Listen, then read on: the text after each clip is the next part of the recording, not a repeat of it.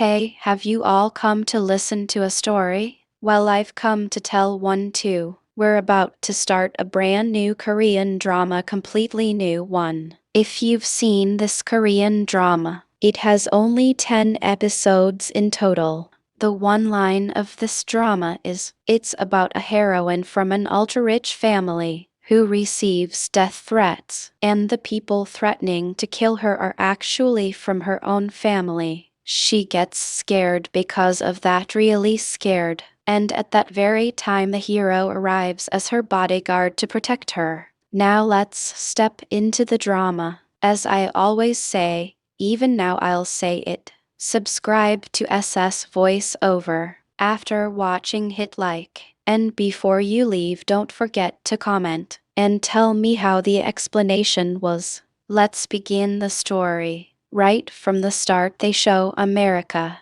Our heroine Red Swan has gone to the US for a conference. She's an ambassador for the Goodwill Foundation. Actually, our heroine is a golf player. Why is she an ambassador in this foundation, you ask? Well, in many countries, wars happen, right? Children become orphans. After that, they get caught by level people and are sexually abused terribly. This foundation protects all such children. They help as many people as they possibly can. At the same time, they introduce our hero in Manila, Philippines. The hero's name is Kim Do-yeon. The heroine's assistant tells her, "You shouldn't go to the conference in Manila. There's a threat from an organization, and if you go they'll kill you." So the heroine asks, "Should I cancel everything and just stay home?" Then they show an old lady. She's looking at the moon in the sky and screaming ooh. Her two maids are pleading, "Madam, it's been an hour, please stop, let's go inside." This lady is Chairman Park, our heroine's mother-in-law. Don't any of you have even a little patience? This is why you all look old so soon. Look at my face. She says, "Yes, madam, you are glowing, very shining indeed." The maid says reluctantly, "See, that's why I do all this." She laughs, while the others don't get her but laugh along. Ignoring the warnings, the heroine goes to Manila. As soon as she arrives, reporters come to interview her. At the same time, the city's crown princess, Mohammed, sees the heroine. He's the one who donates the most to her foundation. They show the hero again. He's inside a casino noting down what a gang of gangsters is doing. His name is Kim. He's the heroine's husband. He too has come for this meeting. Again they show the hero. He's listening in on some people talking in a bathroom. They're discussing how a Korean police officer was shot dead in this area recently. Who did it? One asks. It must have been our L who did it, they say. Immediately the hero, dressed like a cleaner, enters the room of the gang leader. He's on the phone saying, "Money will come soon after that. We can handle the rest." Then someone enters the room, Mr. Park.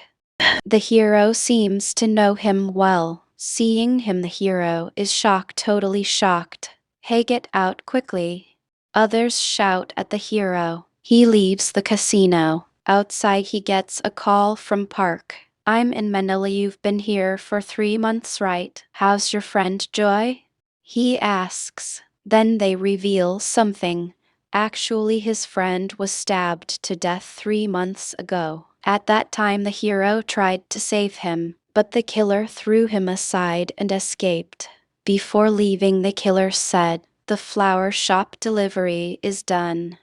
The hero's friend died in his arms. Remembering this, the hero is here to find out who did it. The heroine goes out shopping. Security tells her, "Madam, security checks aren't done yet. Could you please wait a bit?" But she doesn't listen at all. At the same time, the hero is also moving somewhere to meet someone.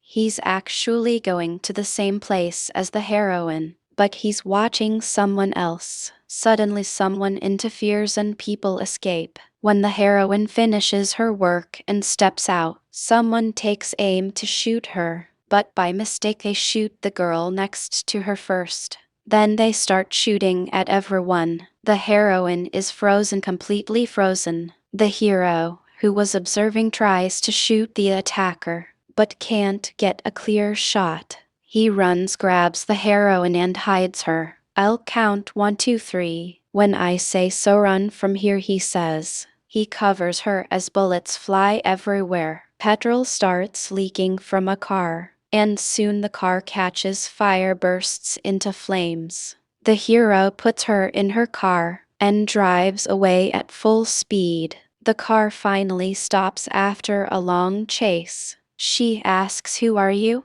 "You're not my security." He says, "I was just passing by just from there." Now her husband knows what happened. He's running fast, telling someone on phone, "Call the embassy. Find where the car is." The hero checks the car and finds a tracking device. "We can't go to town now. There's a tracker in your car. They'll follow us. We have to leave it here and move now." She asks, "Where are we going?" He says, "I'm staying nearby. We can go there." She's scared but agrees. She asks for a phone to call. "Who are you calling?" "The police," she says. "Please don't call. There will be their people in the police too. If they know your location, they'll come to kill you first," he warns. He takes her to where he's staying. She notices his hand is bleeding badly. "It's nothing, I'll handle it," he says. Inside she gets very scared, really scared. "Thanks, I'll leave now," she says. "Listen, I promise you, if I'm with you nothing will happen. But if you go out you'll be in danger." "Do you know who I am?" he asks. "Your Korean reason won't be unknown to anyone. I know you well," he says. "In a little while I'll take you to the embassy myself. Don't worry. And if you have someone you really trust, call them. But don't share location." He gives her his phone and goes to the bathroom. His hand is grazed by a bullet. He tries to bandage it but can't do it properly. The heroine sees and bandages it for him. "Did you call anyone?" he asks. "No, all numbers are in my phone. I don't remember anyone's number." "Okay, no problem. We can leave for the embassy in 15 minutes. Are you going like this? Please tidy up a bit," he says, handing her a towel. "It's too sweaty, let me go wash up," she says. She slips but he catches her. Suddenly he starts wiping her face for her. "Oh, maybe I overdid it," he says, and hands her the towel himself. Meanwhile her husband is frantically searching and arrives at the embassy. The heroine has arrived. They take the hero separately for a statement, give him however much money he asks for, and send him off, she says, and her husband takes her away. In the car he scolds her badly. "You got a death threat. Why did you come? Why attend this meeting?" He keeps shouting, but the heroine takes the hero's shirt, lies down in the back seat and sleeps. Park calls the hero. "Will I see you tonight? You saved Oh Suan, right? You gave the statement?" The hero says yes. "All right, see you tonight," then Park says. The heroine is in her hotel room, bathing. She keeps remembering how he saved her. The hero goes to meet her mother-in-law. The mother-in-law says, "Tonight at the party give this money to the Chinese company and settle everything." "I can't give bribes," the heroine refuses. "Then tell your husband to do it." "You tell your son yourself." "Why should I? You think your hands are so clean? Why is your brother doing whatever in town? Should I call him to do this?" She taunts. "That's him, this is me. I have no connection, I don't know anything. I can't do it," she says and leaves. Then a man comes there. "Madam, what happened?" "Look, do one thing for me. Kill her as soon as possible, the mother-in-law says. They show the hero. He's thinking of his friend. Actually, they were very close. When his kidney failed, his friend donated one to him. He meets him in a flashback. I was thinking of hiring you at my flower shop. Why don't you work with me? The hero is shocked because the man who killed his friend had said flower shop delivery is done. So hearing this again makes him suspicious, very suspicious. They show the heroine and husband. He says, don't host this party. Such a big thing already happened. Please cancel it.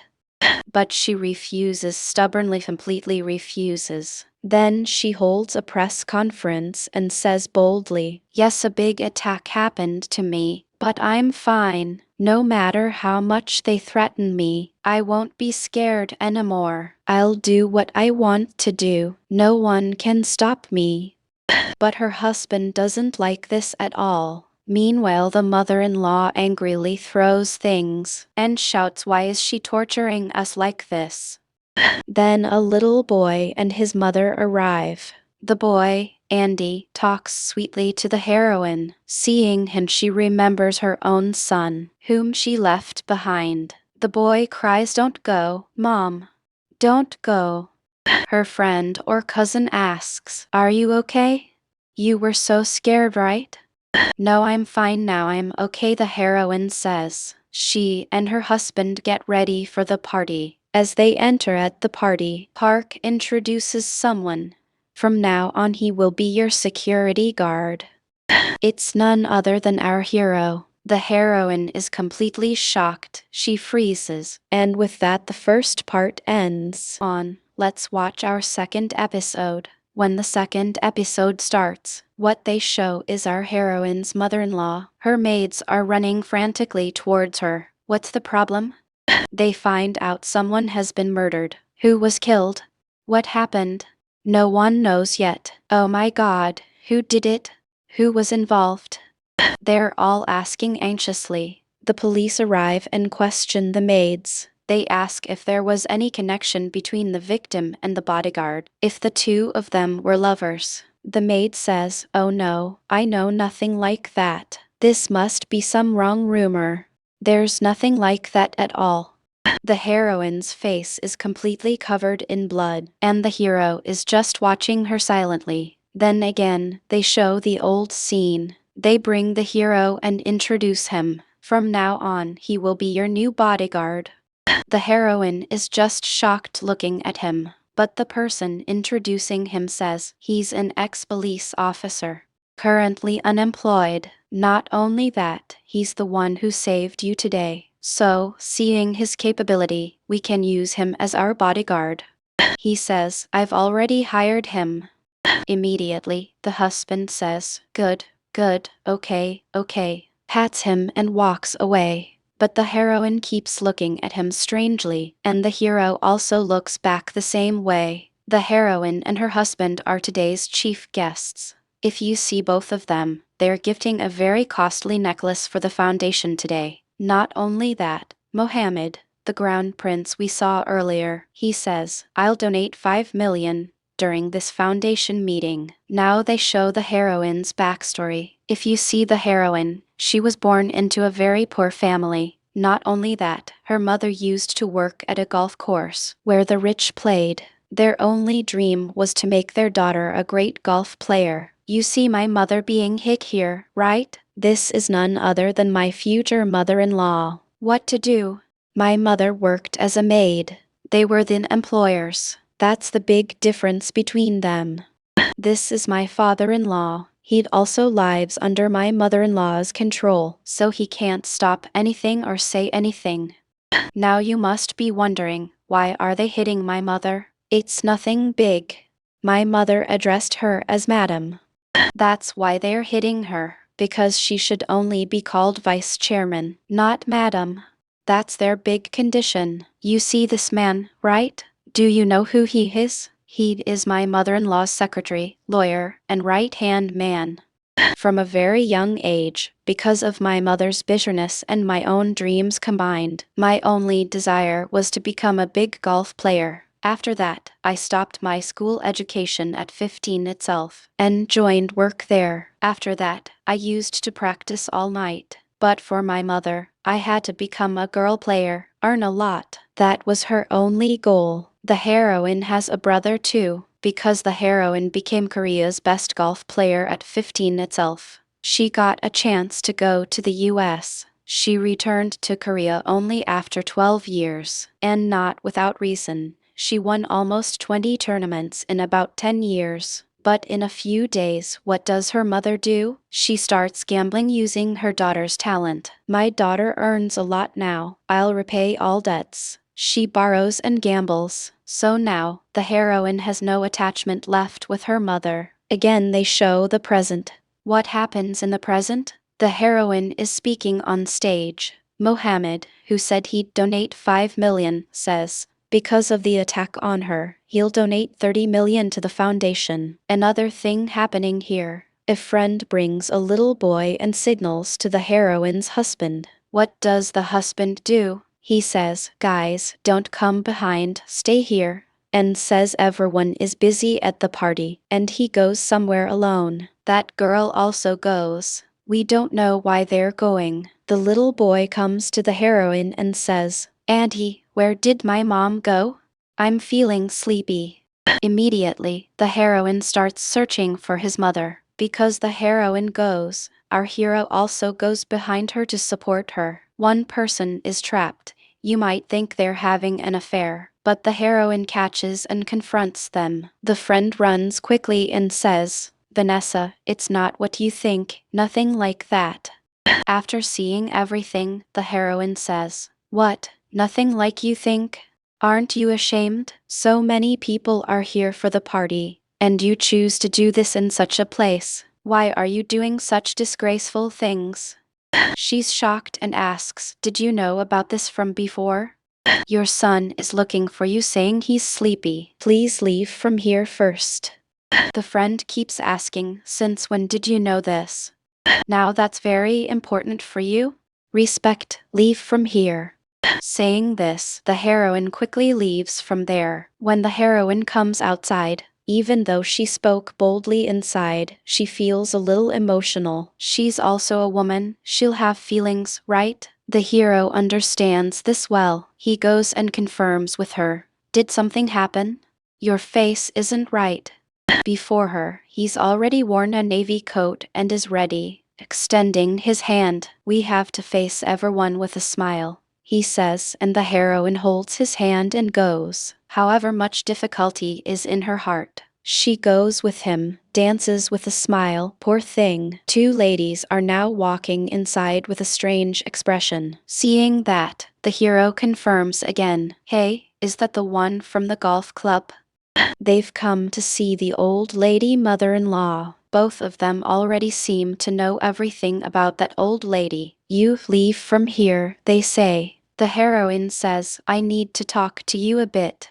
Respectfully, get out from here, the friend shouts and chases her away. That woman doesn't respect the heroine at all. She's completely drunk. She throws whatever she gets in her hand at the heroine. What, have you become too arrogant? You were brought to this position only because of me. Don't you know what kind of responsibility you were born into? As she speaks, the heroine says, Did you bring me here for free? In this world, I'm the best golf player. That's why you brought me. I have terrible influence. I have a lot of fame. That's why you brought me. I created all that myself. You didn't create it. How long will you keep throwing whatever you get at others?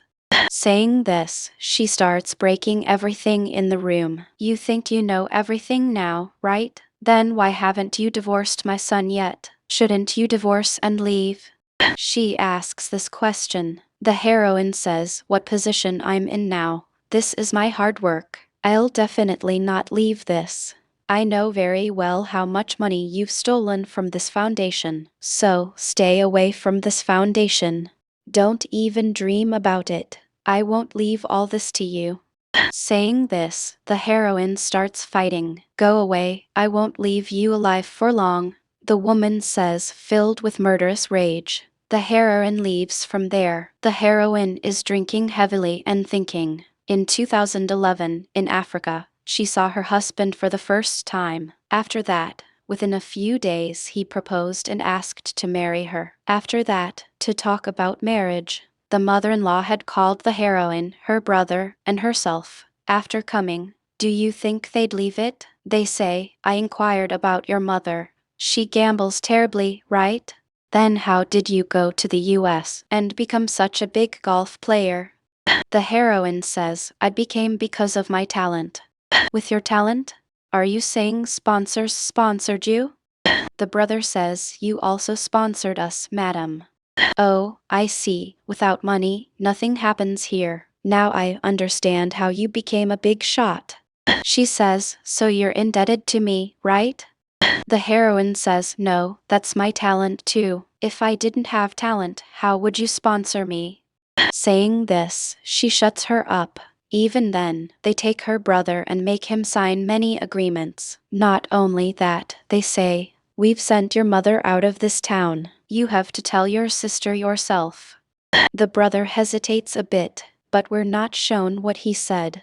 All this happened 12 years ago. Thinking about this, the heroine is walking heavily drunk. The hero sees her and follows behind her. He also responsibly takes her, puts her in the lift, and is about to close the lift, but she stops it with her hand. Without the lift closing, the hero also gets into the lift. He takes her hand, closes the lift, and goes up. She walks, staggering in full drunkenness. The hero has no choice but to go with her. She can't even take the room key from her bag. Then what does the hero do? He holds her and makes her stand aside, takes everything from her bag and arranges it. Then the heroine asks, did you really save me that day? Were you passing by that way?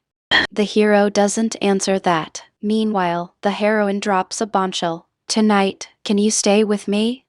The hero is completely shocked, just standing frozen. He doesn't know what answer to give. He doesn't speak any answer. When the heroine is taken into the room key card falls outside. Now they show the husband. He's drinking heavily, thinking about the heroine. At the same time, the hero asks the heroine, are you very lonely? Or are you just unhappy? The heroine says, no, nothing like that. Then why did you ask this looking at me?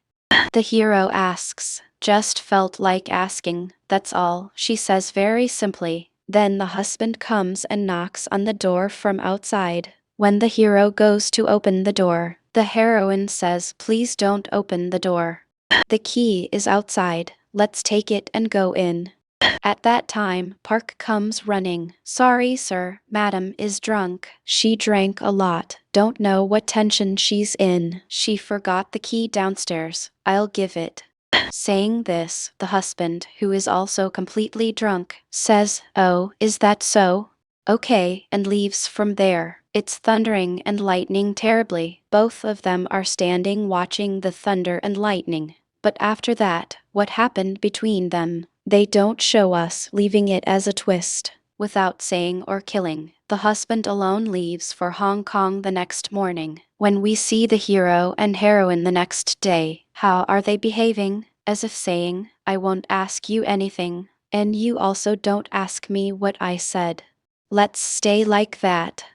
Both are behaving that way. Now, for the first time, the hero goes to their grand palace. The entrance itself takes about half an hour to reach their house. They've built a huge building just for stops to stay. In that building, they've allotted a room for our hero too. Here, mostly only security persons will be. You'll also be staying here, he shows him. The hero feels like asking them about his friend's murder. But even then, the hero doesn't ask. What if he's also involved? Thinking this, he lets it go. Suddenly, a new director is introduced to us. Who is this? He's the one who controls all security of this house. He tells the hero, the heroine wants to see you. While the heroine is waiting for the hero, she's thinking about what her father-in-law said. For whatever reason, you shouldn't leave this family. You know very well that I trust only you, right? At the same time, a photo of the hero with his friend falls and breaks. How did he get this? He must have taken it from his friend's room. Behind that photo, there's a memory card. When inserted and played, there's a video. What video is it? It's a video related to the death of the heroine's father-in-law. There's some mystery in this. That's why he must have kept this video and left. The hero doubts this. So, with this episode ends. Where do we start this episode? The hero is running, his head visible, coming into view. Why? He's come to see the heroine. So what does the heroine say to the hero? For some reason, looking at you feels incomparable. Being with you also feels incomparable. So, leave this job and go. To that, the hero says, I already know very well that you find me incomparable, but the people who came to kill you will come again to kill you. If I said that, what would you say? The heroine asks, I don't understand what you're saying. To that, the hero says, I came to see you. Don't worry. Stay with me. But the problem is, the person who killed my friend is the one who attacked you too. They are trying to kill you too. I know that very well. Then the heroine asks, are you saying what happened to me wasn't a terror attack?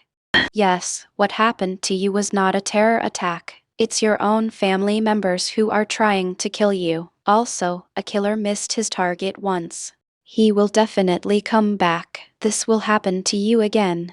That's why I'm saying you need to stay safe. While he's saying this, the heroine says, I'm not ready to believe anything you say. Then the hero immediately grabs her hand and stops her. Don't worry. I'll protect you, but don't go anywhere alone. There will definitely be another attack on you.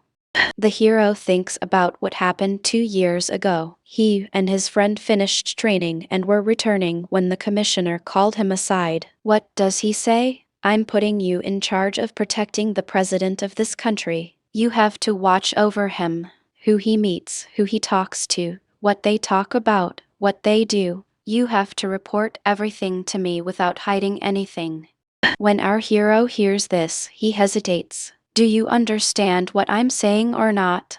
The commissioner shouts, okay, sir, I'll definitely do it, he agrees. Similarly, what does he say to the hero's friend? You go to Manila. There's a casino there. We suspect that the president is getting illegal money from that casino. So, you monitor everything from now on. Not only that, our heroine's father-in-law is dead and there's suspicion around his death too. He orders the friend to investigate that as well. After the friend's death, our hero goes to see the commissioner again. They don't let him in. He fights his way through the police and enters. As soon as he sees him, he falls at his feet. Please let me investigate my friend's case. Send me there. I need to find out why this happened to him. He begs. What does the commissioner say? Close this case. Don't open it anymore. As he says this, the hero breaks down crying. I promised him I'd protect him. I told him I'd help him no matter what. But he died right in front of me, in my hands. I need to know why this happened to him. Please send me there. I'll investigate the case. But the commissioner says, this case is closed. Please don't come to me about this again. We haven't gotten any leads on the killer. The next day, when the heroine goes to the office, the hero follows her. No matter how much she says, he doesn't listen. He doesn't leave her alone. The heroine's brother arrives. What does he say? You've come and unnecessarily made enemies with your in-laws and your entire family. The heroine says, I'm going to turn my foundation into an international organization. Only then will they not be able to touch the money in this fund. They've been using my foundation's money for their own purposes. The brother says, you're doing this unnecessarily, and it's going to become a big problem for you. He becomes very doubtful. Does your mother-in-law know you're going to do this? Yes, they've known about this for a long time. I've been telling them I'm going to do it. Then when you went to their village, did they know? Was that terror attack really done by terrorists? He becomes doubtful. Are you thinking that my mother-in-law hired someone to kill me? She asks. I have my doubts, he says. The heroine gets extremely tense. Where does the heroine go? She goes to meet her friend. Her friend asks, you never told me when you knew about this. I knew when you brought your son and came to commit adultery. The heroine says very simply, so all these years you knew about this and pretended you didn't? I'm asking you openly, your son is dead. You don't have the idea of having another child with him. Then why don't you get a divorce? The friend asks, why should I divorce him? I'm legally the wife, says the heroine. Our heroine's son died in some accident. Now, what does the heroine's husband say? You and your son should go to Switzerland. I'll give you whatever you need there, but don't dream of entering my family again. There are too many big things here. You won't be able to handle them. Then the friend says, did you think it was love at first sight when he saw you in Africa? That's not true at all. He was dating a celebrity here. One night, when they were staying in a hotel room, they both took drugs. The next morning, the celebrity was found dead. No one knows how she died. So, just to cover up that one incident, he selected you immediately. Because you're world famous, people would talk about your marriage. That's why he married you, not because he loved you at all. Then the heroine says, I know my married life ended long ago, but I won't divorce him. If you think I should live as his mistress till the end, then go ahead and live. I don't care. You'll never get the status of a wife. She says this and leaves. When she goes home, her mother-in-law calls her. What does she say? Look, I don't see you having a second child. I don't see my son running the family properly. My family needs an heir, so I'm going to bring that boy into this house. I'm going to adopt him legally. I will never agree to this for any reason. Do whatever you can. I'll do what I can. She says this sharply and leaves. Years later, the husband calls the heroine. All these years, you knew everything and stayed silent. Do you really not care about me at all? Why did you marry me in the first place? Tell me, the heroine asks. I was attracted to you at first sight. Love at first sight. I love you.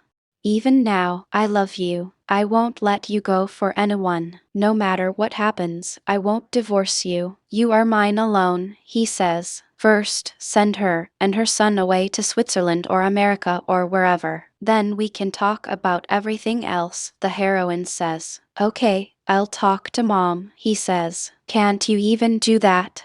She asks. You see me as unfit for everything. Do you hate me that much for your whole life? He says this angrily and leaves. Then, a beauty treatment is mentioned. I've arranged for this machine to come from Switzerland just for you, ma'am. I'll give you the biggest discount possible, says the beautician. No, I don't like the items in this comb. I won't believe in it. No matter how many days, even if you double the price, buy it, says the mother-in-law. Then the secretary comes and says, Jang Tara has come to see you. Jang Tara is here? Why? What for? She wonders. It's none other than the husband's mistress. What does she say? The heroine threatened me. Go to Switzerland or America. I won't let you live. I won't leave you and your son alone. I'm scared, she says. To that, the mother-in-law says, you just leave. I'll take care of the rest. She sends her away. Immediately, the mother-in-law's mind starts working. She comes up with a plan and calls a lawyer. All this has to happen tomorrow, she says. What plan did she make? It seems they will take a family photo and release it to the media. In that photo, they plan to seat that child. The husband has a brother. The brother has a wife. They both come for the family photo. The wife asks, who is this boy? Why is he sitting here? Don't you know? This is Jang Tara's son. Jang Tara's son? Why is he in our family photo? Well, actually, my son has been with his secretary for many years. That's why this boy is here. She is shocked. Today, we have a big entertainment event for both of us, she says. And both of them are very eager. Just then, the heroine arrives at the place. As soon as she becomes extremely tense. The husband is staring shamelessly. She goes straight to the mother-in-law. What do you want to do? Why is that boy in the family photo? What else can I do? This is all I can do. I can't change anything beyond this, for your sake. I've done DNA tests. Everything is correct. Then in this photo, everyone will think he's my son? The heroine asks. Yes, they'll think that. Your son is dead, right? For now, no one knows how he died. Whether he's alive or dead, the world doesn't know. They think he's studying abroad somewhere. I've been hiding all this for your sake. As the mother-in-law says this, the heroine's face changes. All these years, this boy lived without a surname. Now, I'm thinking of giving him my family's surname. That's all. You can't change it. I can't think of him as my son or raise him as my son. I won't agree to that. Give him the surname. Give him the property. Give whatever you want. I don't care.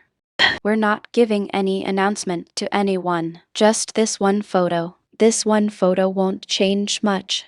In the next scene, everyone is posing for photos. The hero is watching. What drama is this?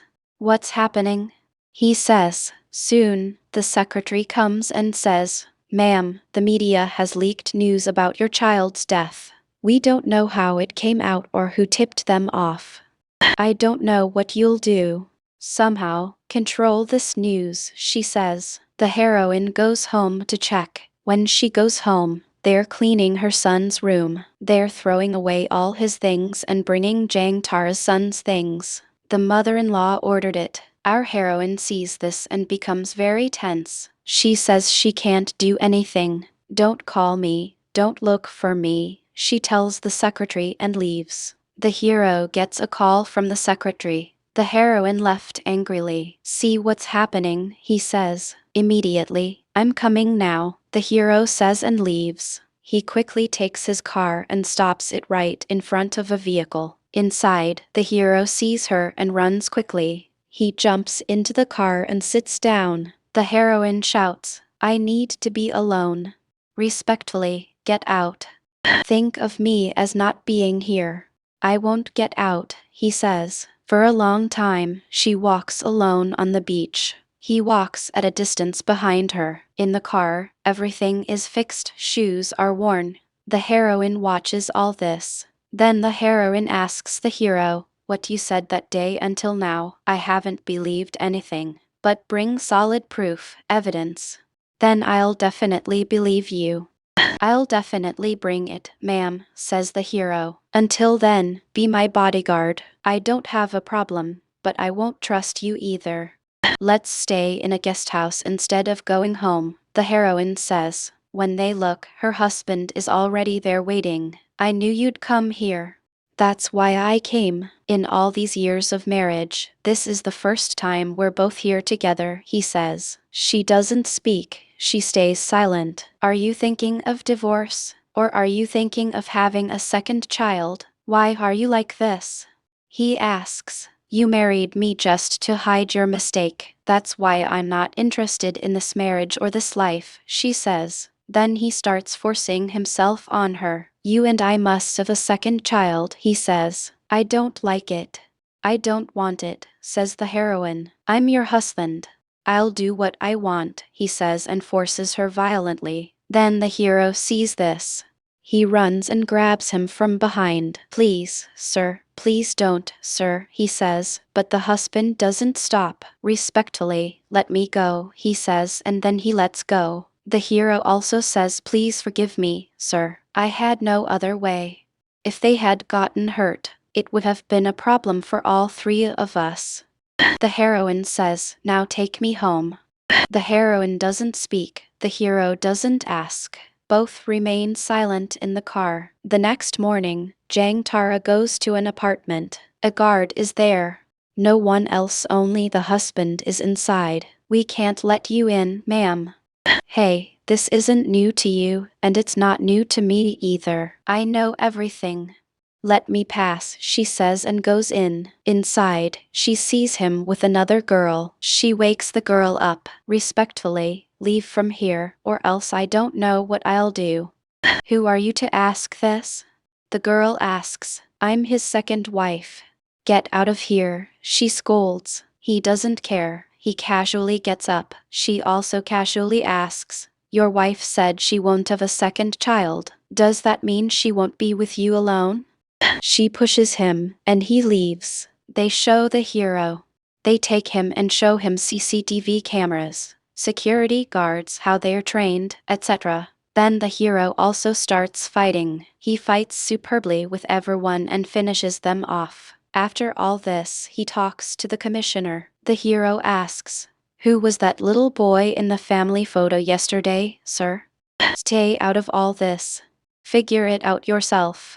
Who could it be? He says. The official announcement is that the heroine's son is studying in Switzerland. But when he says it's not true, he becomes tense. Then what happened to him, sir? He asks. Leave all this. Don't take it on your head, just focus on your work. You don't need to know all this, he says. Still, he doesn't stop. He asks about the chairman, how he died, and about the heroine's father-in-law. Oh, he died of a heart attack. He had a heart attack while in the palace. That's where he died. As he says this, the hero is told not to ask further. He leaves. He goes to his friend's room, the friend who left. He watches the video footage again. Only then does he realize something important. That place is not the palace. The body was taken somewhere else. Now he realizes this. So, he doubts it might be a murder. So, what could have happened? The hero keeps thinking. With this episode ends. So, where do we start this episode? The hero is secretly checking the CCTV footage from the palace where no one knows he is. He goes to the room where the footage is kept, copies old clips into his pen drive, and leaves. Right outside, a security officer is waiting. He wonders why the hero went into that room. The hero makes up an excuse. I went to check if the butlers were there. The officer says, okay, go see the vice chairman. He wants to see you. The husband is the vice chairman. He asks as a security guard, why do you interfere in our personal matters? We are husband and wife, and this is our private issue. The hero apologizes, I'm sorry. Even if what I did was wrong, I'm responsible if anything happens to madam. I did it so that none of us, the three of us, face any trouble. I deeply regret my actions. This won't happen again. The husband says, okay, I understand. There's no problem now. Next time, don't act so rashly in front of me. I don't treat any staff like servants. I'm easygoing. You treat me easily too. That's enough. When the hero reviews the videos, he finds something. Our park, the commissioner took money from a gangster and gave it to someone. That person stacked all the money. The one who gave the money was none other than the heroine's husband. Now the hero doubts. Did they give this money to have the heroine killed? He becomes even more suspicious of the husband. But when he calculates, he finds the amount is 1 billion. Who would pay 1 billion to kill someone? Why so much money? He becomes double-minded. Meanwhile, the house staff have collected all the heroine's son's belongings in one room. The heroine asks, why are these kept here? I asked you to throw them away. The staff lady says, madam, I couldn't bring myself to throw them away. The heroine says, exactly, you should feel that way. From now on, no one should enter this room. Lock it. Give me the key. Don't ask why. No one should enter this room without permission. They agree. They wonder whether to inform the mother-in-law, who thinks she owns the house. We'll make her understand everything soon. Let her do what she wants for now. I'm watching everything. The lawyer is shown always wearing lipstick, looking sharp. The mother-in-law tells him, We need to make the heroine resign from the foundation as soon as possible, but to the public, it should look like her own decision. Otherwise, it will be a problem for our foundation and company. The lawyer agrees to arrange it. The hero's brother brings the resignation letter to the heroine. Is this what you want me to talk about tomorrow? To resign? Is this your mother-in-law's order? The heroine gets furious. I built this foundation. How dare they ask me to resign? It's time I show them who I am. Then she asks her brother-in-law, did you know my husband has an illegal affair, that he already has a son? He replies calmly, you knew it too, right? She says, then tomorrow, it'll be in all the news. He has a mistress. He has a 10-year-old child. Who that woman is, everything will come out. Her brother-in-law asks, so you're going to divorce him? Absolutely not. That's the only way to protect my foundation. I have no other choice. Everything must be revealed now. The mother-in-law gets to know rumors are spreading. She checks everything but finds no leads. Photos of the boy with the family are circulating, and rumors are spreading. The husband comes to the office clueless. At the entrance, media people are waiting, asking if the rumors are true. His assistant says, sir, we can't stop here. Let's leave through the back. They drive away without stopping. Jang Tara comes to the heroine and pleads, somehow stop these rumors. Say it's not true. The heroine says, I thought you'd be happy. It's not like that. I'm a big celebrity. I ruined your life. Wherever I go, people will torture me. Please hold a press meet and say it's not true. The heroine and hero are called to meet the mother-in-law. Jang Tara is also there. Please stop all this. Stop it somehow, Jang Tara cries. I didn't ask you to come here or sit. Respectfully, get out. The mother-in-law shouts. Deleting news isn't working. We don't know who's doing this. They suspect the heroine. The heroine stays silent. They now understand it's her work. For now, they can't make her resign, otherwise, people will blame them. So the mother-in-law says, from now on, don't go out in public. Stay inside the house. Be safe. Don't talk to anyone. Be very careful with the press. The heroine argues, but you asked me to resign. The husband is shocked. He asks why she should resign. He thinks to himself, did you do this because you wanted to trap your mother-in-law? For now, no one should do anything. Everyone should mind their own business. The heroine tells her secretary to arrange a press meet. The secretary says, Madam, I can't do anything without the chairman's permission.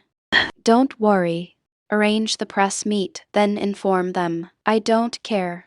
The brother-in-law and his wife also find out about the press meet. Their mother said no one should speak. They wait to see what the heroine will say. The mother-in-law does a cunning move. She calls a minister and arranges a bribe. At the same time, she plans to embarrass the heroine in front of the minister. She says to the minister, I'm a big fan of my daughter-in-law. You should be proud to have such a daughter-in-law.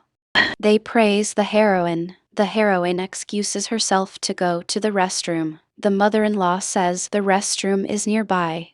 Come back soon. She sends the lady guard to fetch a blanket, saying the aunt is feeling cold. Meanwhile, the heroine tells the hero, I need to go to the press meet now. The hero's plan, he takes her through the back door, hails a taxi, and they rush to the press meet. The guard returns and says, Madam, she escaped. The mother-in-law is furious.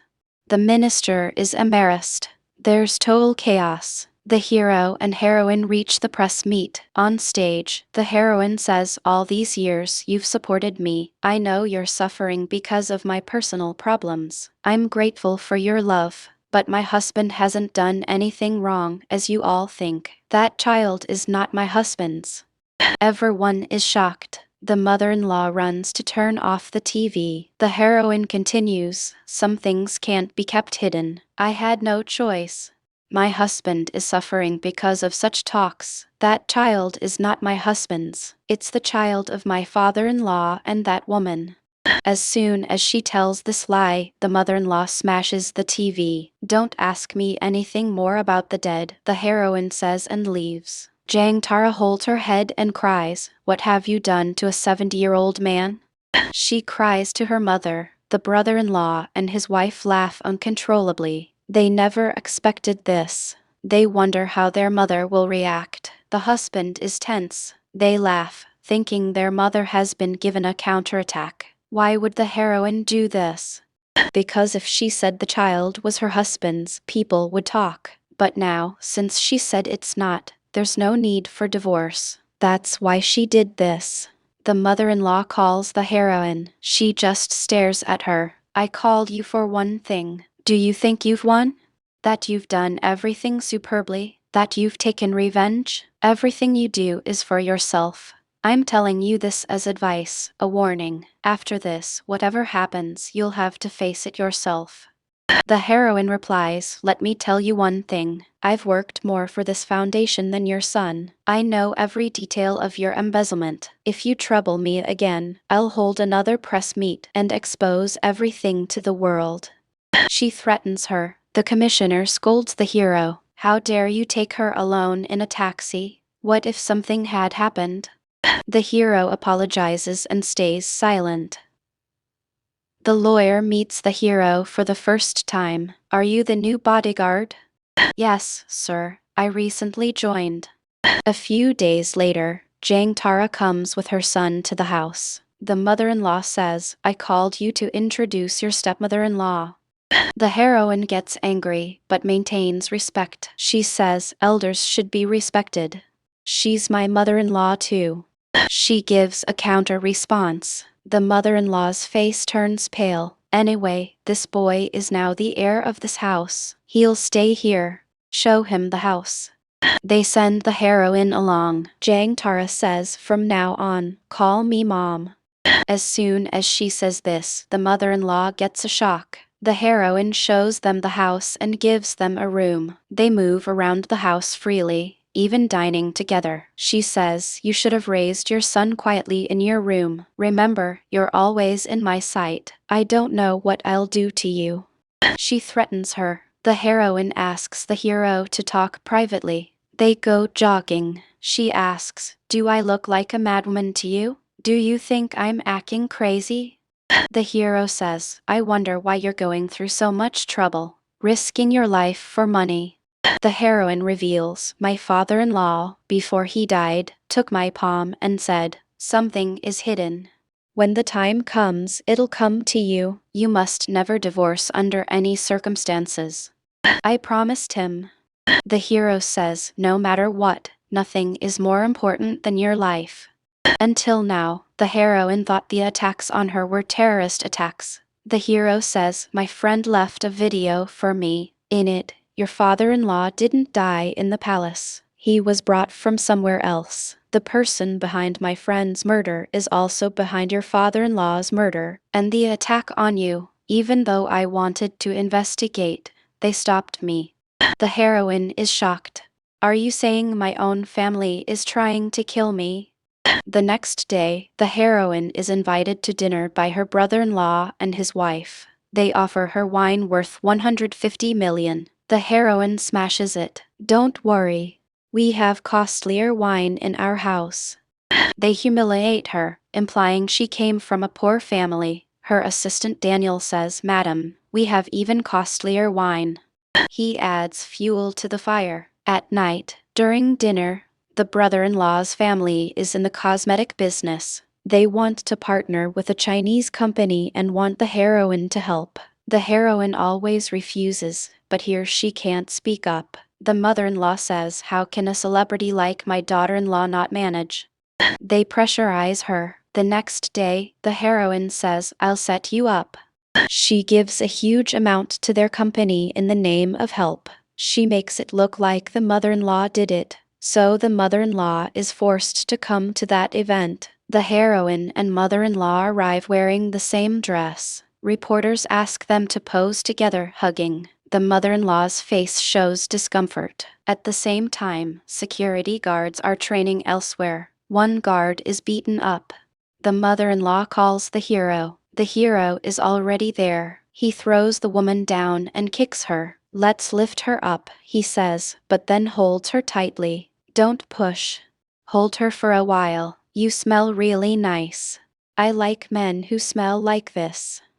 This woman seems to have a psychological issue. She sniffs the hero's scent all over his dress. She's obsessed with the hero. Now, the heroine is called by a murder-obsessed woman. She asks, "It's been 10 years. Your brother looks after your mother. Don't you want to see your mother?" The heroine realizes she's under some influence. Did something happen to my mother? Poor thing, your mother has been in a mental hospital for 10 years. She's about to die. At least see her now.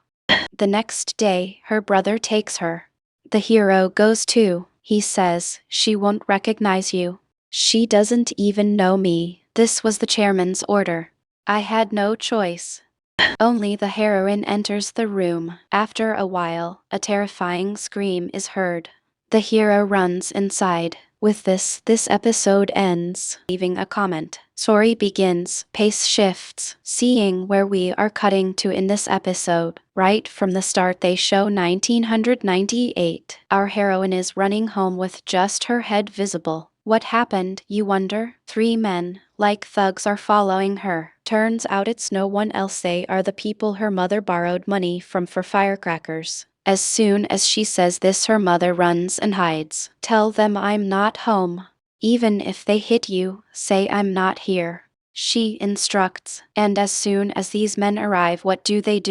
They grab the heroine, hit her and torture her. Not only that, they pick up everything in the house and smash it all. Where is your mother? Where is your mother? They keep asking, but the heroine doesn't say anything. She just keeps saying, "My mother is not here right now." And these men are not ones to hold back. Without even considering she's a little girl, they hit the heroine as much as they can. Present day. In the present they show the heroine thinking about all this, sitting silently. Her mother is just now opening her eyes. "Madam, can you come to my side for a moment?" she asks. The heroine is their daughter, but they don't recognize her. The heroine also goes to her side. As soon as she goes, "Can you call my daughter? I need to see my daughter right now. Please help me," she pleads. "Why do you need to see your daughter?" The heroine asks her. "I need to ask for her forgiveness. I betrayed her terribly. Do you know she is a great person? She is a super golfer. All the money she earned through so much hardship, I lost it all gambling." She confesses. Then they show the old incident again. Her mother hits the dog, throws it far outside, and the dog goes inside its kennel. Even then, the heroine says, "Mom, please don't leave me alone. I'm scared." Even as she says this, her mother says, "No matter what happens, you must not say I am here." They watched her take all those beatings. Say I'm not here. Send them away. She had signaled with her eyes. But now she is sitting and begging. "Forgive me, madam. Please forgive me. I betrayed my daughter." Without making a sound, without any hindrance, "I will stay right here. But I need to see my daughter just once. I need to ask for her forgiveness," she pleads. For the heroine herself, seeing this is terribly painful. Within a short while she becomes unconscious. They show the old incident again. Somehow her mother comes and consoles the heroine by saying, "I bought tickets to America with the money I won. See? We are going to go to America." In the present, the heroine is crying terribly. "Mom, you asked for forgiveness. Without giving me a chance to ask, how could you become like this? Please listen. I need to ask for your forgiveness too. It's because of you that I am in this state. But after coming back, I was angry at you. Not knowing how you were living all these years was my fault. Please forgive me." And she herself cries terribly. Hearing this sound, the hero must have run inside. The hero arrives immediately and quickly grabs the heroine firmly. She is crying terribly, crying out loud. The entire time the hero comes and holds her tight, consoling her. The heroine's brother also comes inside. As soon as he arrives, he says, "You need to leave from here immediately. I will handle everything." They said the chairman wants to see you. You leave. Then the heroine asks what about mom's last rites. When she asks, he says it's just the two of us. Not only that, this should not be known to anyone. The news should not come out. Your mother-in-law said so. For the heroine, it feels like a stone has been dropped on her head. They show our mother-in-law now. Oh my, as if nothing happened, she is sitting listening to music, happily enjoying. Just then the heroine comes and knocks on the door. Oh my, did I hear everything? What to do? When the time comes to go, we have to go. Not only that, it's a good thing that at least at the last moment, you were able to go and see your mother. Until then, be happy. She says, your brother will handle and do all other matters. Don't worry. You go and get ready for tomorrow's meeting. The Chinese ambassador is coming, so you must be ready beside me for the meeting. She says. When she says this, the heroine says, I can't come. You don't get to say you can't. You are only there to do what I say. Think well. If you think of ruining my business, the situation that came to your mother will come to your brother too. He is still there, right? He is still lastly in your family. So remember that and behave properly. Listen to my words and act. Understand? She says, and right then the mother-in-law comes and blackmails and threatens her. The next day, they show only her brother performs the last rites for their mother. He is sitting there alone grieving. Someone is taking photos of him. At the same time, the heroine here is ready for the meeting. Then the hero asks, didn't you go to your mother's last rites? When he asks, she says, I can't go to such places. And goes to the meeting. The hero finds all this very strange. They took the mother away. They brought this girl here, made her sit, made her laugh, made her take drugs. What kind of tortures are they doing? He thinks in his mind. At night, the heroine suddenly comes to the hero's room. What happened? He asks when he sees her. I need a favor. You need to take me somewhere. Can you do it? She asks. Where are we going? He asks. Where we are going no one should know. She says. When she says this, the hero says, switch off your phone. I will switch off mine too. Not only that, I will take the tracker from the car. But someone is doing a 24-hour watch on both the hero and the heroine. Just now, everyone here realizes the hero and heroine are missing. Immediately, I don't know how you will track them quickly. The boss gets tense. Where has the heroine come, you wonder? She has come to the place where they lived in their childhood. But before them, people have come here and are taking photos of the two of them. They don't show us yet who this is. Just then she goes and tells everything to her husband. He gets very tense. I don't know how you will find out, what you will do. Tell me immediately where she is. He shouts terribly. As soon as they come inside the house, the hero comes and puts clips on the heroine. He himself puts on something like a badge. It was in that duck house that her mother had gone and hidden that day. They go there and she sits down and says, definitely tell me where you are. I won't tell anyone. Please forgive me. She sits there crying. Just then the heroine tells the hero, my son is dead. He was very handsome, you know. When she says this, the hero gets a shock. The hero comes and asks, I thought your son was in Switzerland. When he says this, she says, until now, I also believed that. I couldn't even spend time with my child. I am not a good mother. I am not a good daughter. She says and feels emotional. The hero comes and sits beside her. After going and sitting beside her, he thinks about putting his hand on her shoulder to console her. But it's okay. No problem. Whatever problem it is, we can handle it. He says and pats her as if to console her. You never cry. If you feel like crying, please cry out loud. Then all the burden in your heart will go away. He says. Only after that the heroine also starts crying out loud terribly. Someone comes and takes photos of this too. After that, they go straight to the sea and immerse her mother's ashes. I promise you, Mom, I will not leave those who trapped you like this. She makes a promise to her mother. All these photos have come to our mother-in-law. It seems she is the one who sent people to follow and do all this. The hero and heroine come home very late at night. Information comes from outside that their car has arrived. Tell him to come in with her. I need to see that bodyguard now. The husband is furious. The hero and heroine both come inside. As soon as they arrive, the husband starts, "Hey, you, on whose orders did you do this job?" "It was on my order that he followed." "Whatever you want to ask me." The heroine says, "But he is in a murderous rage, isn't he?" Adding the anger he has on his wife as if showing it on the hero, he punches the hero right in the face.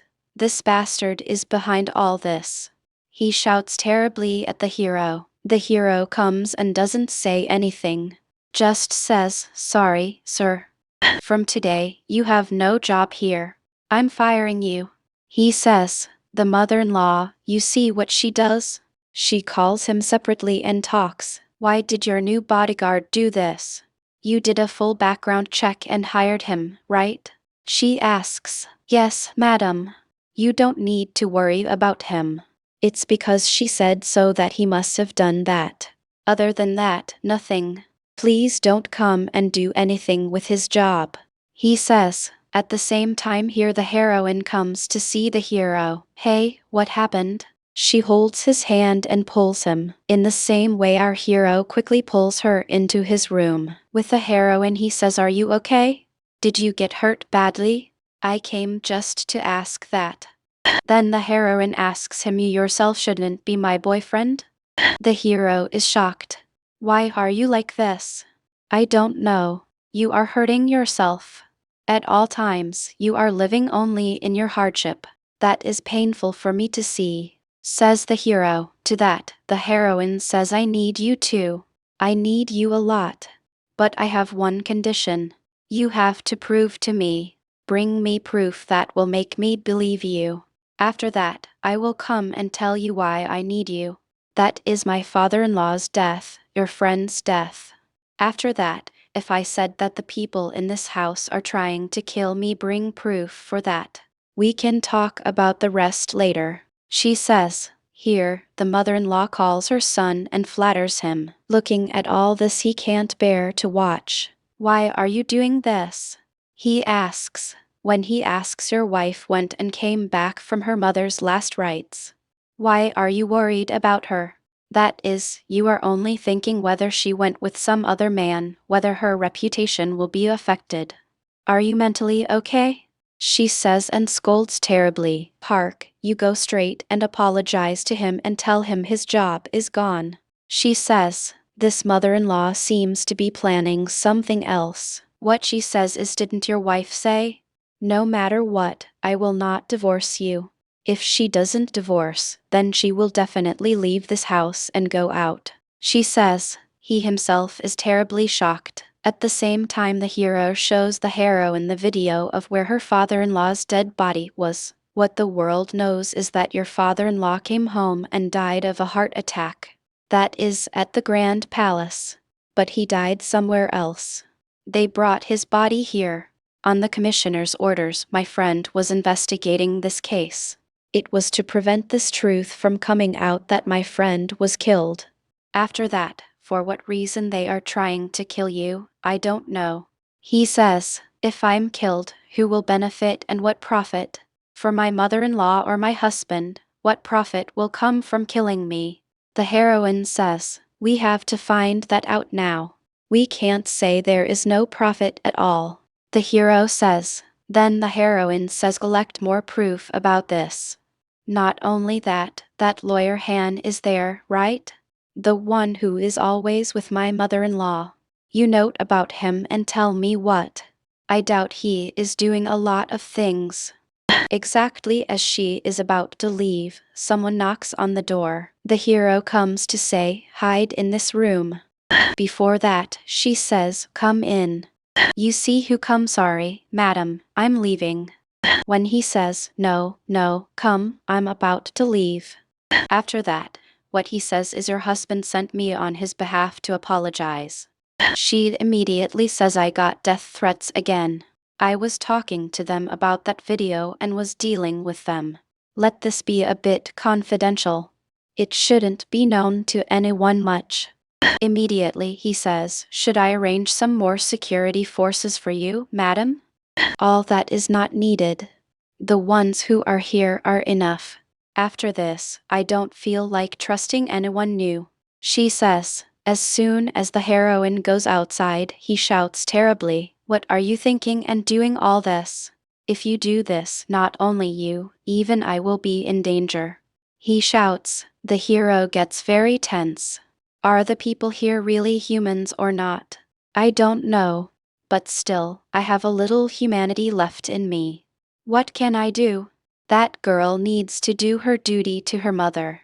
When she finally came and asked me, should I have said I can't do it? I definitely can't do that. That's why I took her.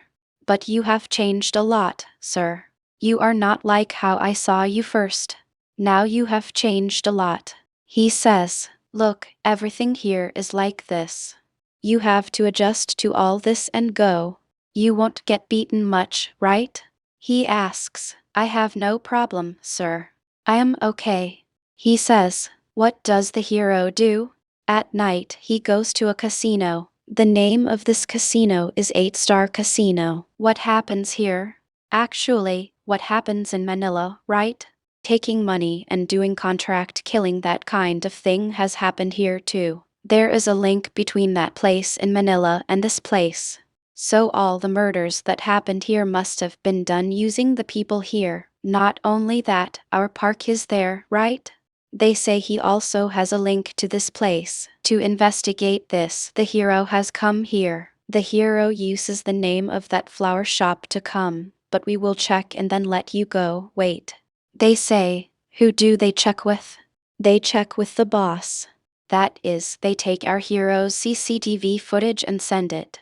As soon as he sees it, he won't stay quiet. What is he doing? He says and gets tense. They show the heroine. The heroine comes and her brother is now newly with the wife of the husband's younger brother, right? She is about to start a cosmetic business and he is inquiring about that. For that, they have asked our heroine to do the promotion. How much loss will there be? What will happen? What shouldn't be done? He asks his brother and finds out. Seeing him talk to the hero, he calls the hero. Hey, what are you doing? Why are you creating problem upon problem? He asks. I did all this only because I knew you have a connection with them too. But I didn't expect you to ask so openly, sir. The hero says, I am asking you one thing openly, sir. Are you the reason for my friend's death? Did you give money and order the killing? He asks. He gets very tense. Did I give money and order a killing? Hey, all that is not my job. Don't talk loosely like that. He shouts, no, one thing, I don't give money and order anyone's killing. The heroine's husband is there, right? He does money laundering. Not this place, not Manila. I do it in 5 or 6 other places. All in different countries.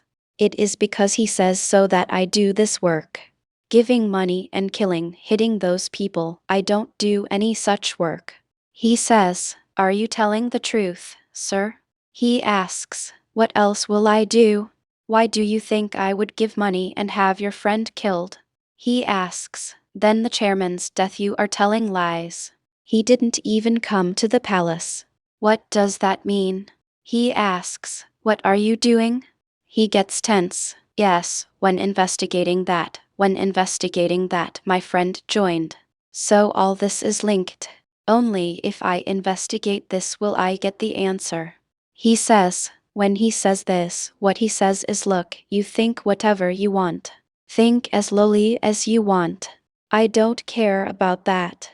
But if I told you how the chairman came and died, what would you think? I can't understand. But that can't be told to the world. He died in a hotel while he was with a girl. There was no other way. To prevent such things from coming out after his death, we covered up everything. If you dig deep into all this, you will only get into danger. Not only that, definitely after this, if you get into anything, I will not help you. After this, whatever it is, you have to handle alone. He says. At night, at a stop to eat, the heroine comes to talk to the hero. The hero told Park, right? When he tells all that to the heroine, did you hear all this openly from the boss? Won't you have any problem?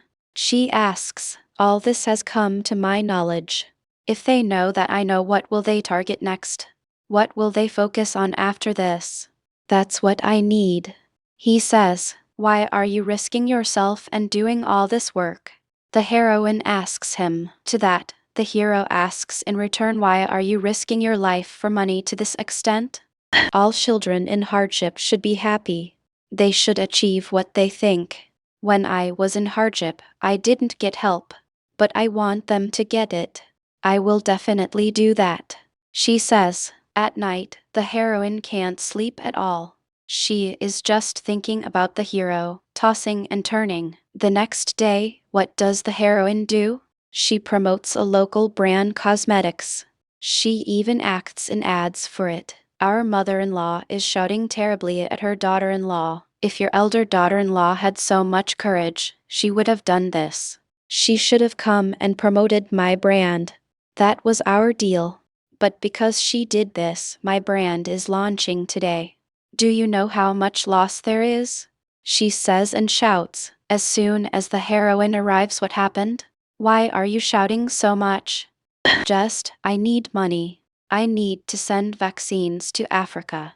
For that, I need money, so I gave a promotion ad. That's all. This is a simple matter. What problem do you have with this? She asks. You did an ad for that cosmetics, so you can't promote ours. Don't you know that? Why did you do this? She says and shouts terribly. The husband also gets tense. The heroine's husband also comes and sits. But in support of the heroine is bold.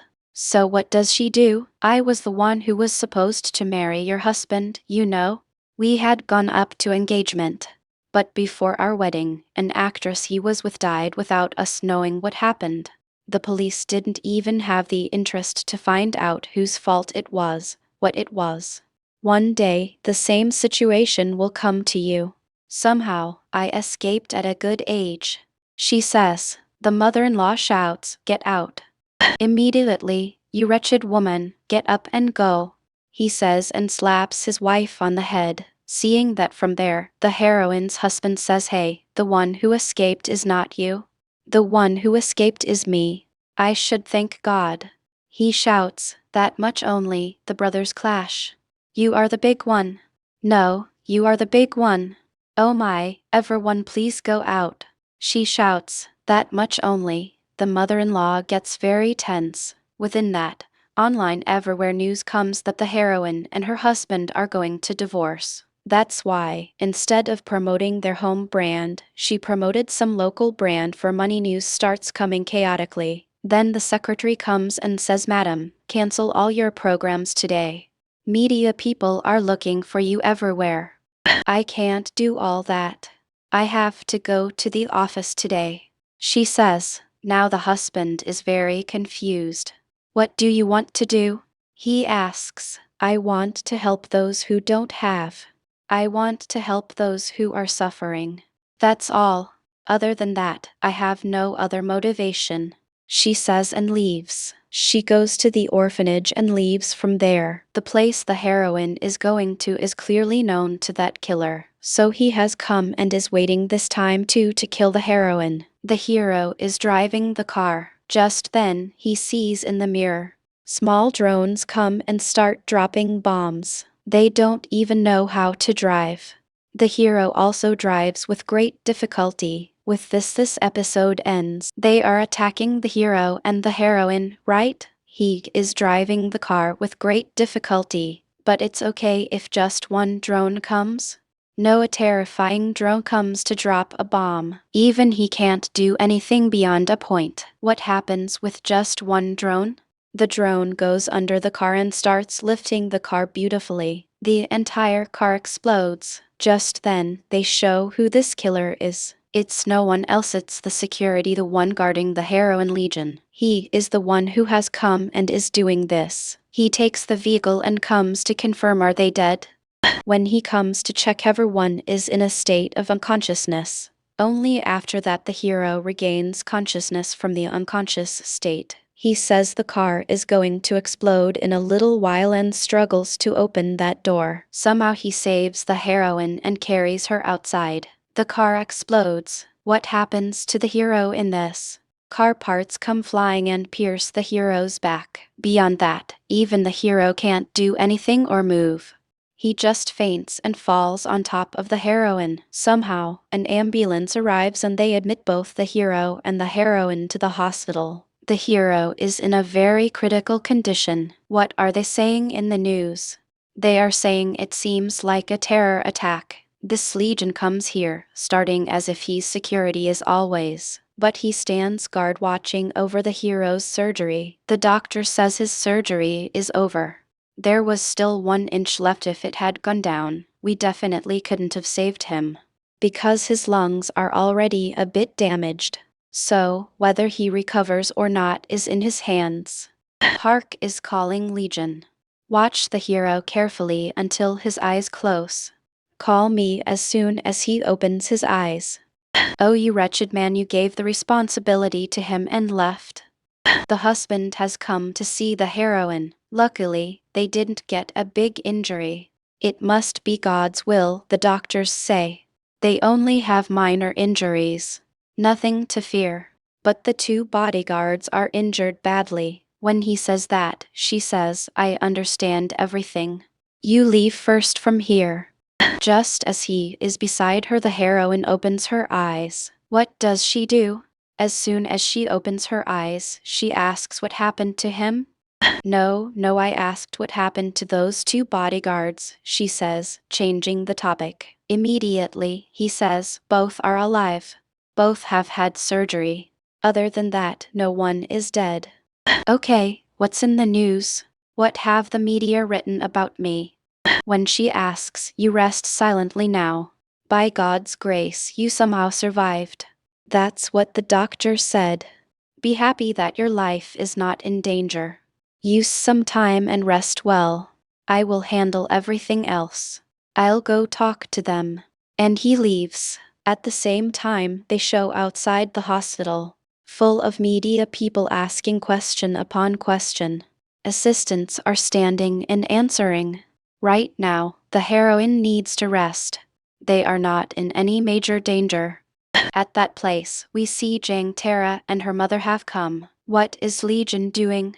As soon as the hero is shifted to the ward, he comes to the hero's room to see the hero. He had already opened his eyes wide. It seems he came to push the hero and kill him. But at that exact time, the husband comes opening the door to see the hero. He doesn't ask anything, doesn't say anything. Stands for a while, stares at him, and leaves from there. Now that he's gone, I can finish the job, he thinks. But just then, he looks up and sees the CCTV camera.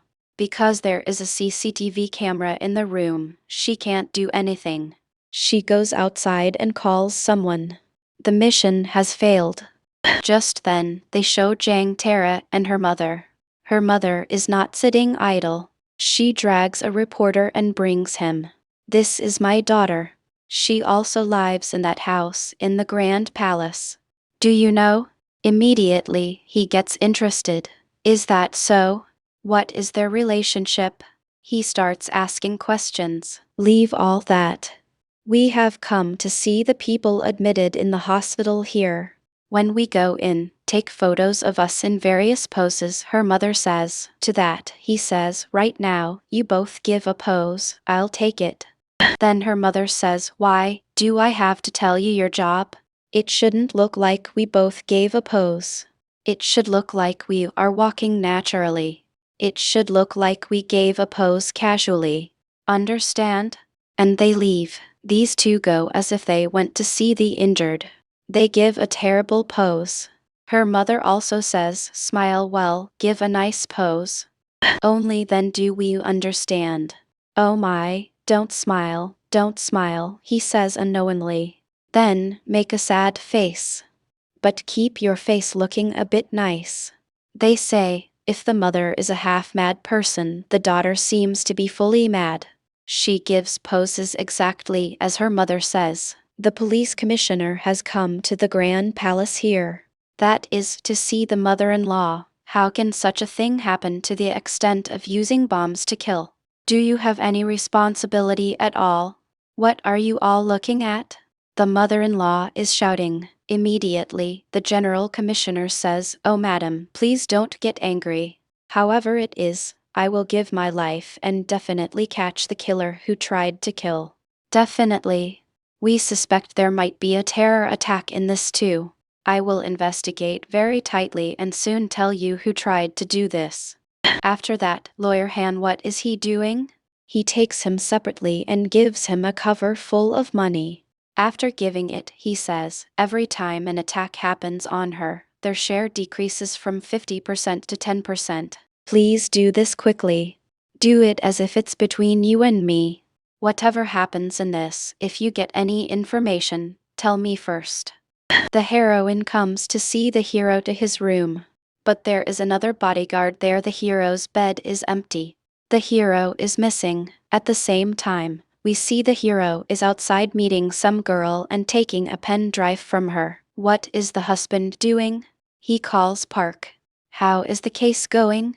When he asks, we haven't found out who yet. Definitely, it must be that terrorist organization doing this, he says, and even the police are doubtful. But we found a bike within 50 meters of where the incident happened. But we couldn't locate that bike either. When he says that, he is very tense. What does he do again? He gives a bag. There are 70 bundles of US dollars in this. Handle it as always. This time, as he takes this bag and goes outside, the hero comes and asks, "Did you give this money to kill?" That's what he remembers. He himself seems to be getting doubtful. The mother-in-law and the lawyer are talking. What is the lawyer saying? Your elder son is there, right? He has opened almost 100 accounts and put $1 billion in each account. We don't know why. It seems like he is hiding money without your knowledge. When he says this, the mother-in-law gets a shock. But she says, I can't give up my son. Okay, you just do your job. Don't mind about him. When the lawyer goes to see the younger son and the younger daughter-in-law, the daughter-in-law shouts terribly. Do you know how much loss I have suffered? It's all because of her. She must come and apologize. When she says that, the mother says, will that girl apologize for what you are doing? No chance. Definitely she won't. I won't say I want her to. It's her wish. As soon as the lawyer leaves from there, she gets a call. Okay, honey, I'm coming. When she says this, he shouts, is this what you go and talk about outside? What problem do you have? Do you have to sit opposite me and talk about this? When she asks, why are you creating a new scene now? He says, I am behaving as if I haven't seen all this. You also behave like that for some days. Finish the dealings between us properly. It seems like even their marriage is some kind of deal. The heroine is about to be discharged from the hospital and go home. Before that, she says, I need to see the two bodyguards. The heroine makes everyone stand outside and goes in alone. Then, only the hero is in that place. Why did you do this? Why was it necessary to risk your life and do this? The doctor said if it had gone down even 1 more inch, they definitely couldn't have saved you. Do you know? Did you have to take this much risk? When she shouts terribly, he says, whatever it is, it's okay. You are safe, right? That's enough for me. Why was it necessary to give your life to save mine? When the heroine asks, when I was young, my mother told me only one thing. Do what your heart says. Follow what your heart tells you to do. That's what I did. Because you did what your heart said, your life was about to be lost. When the heroine says that, nothing happened to you, right?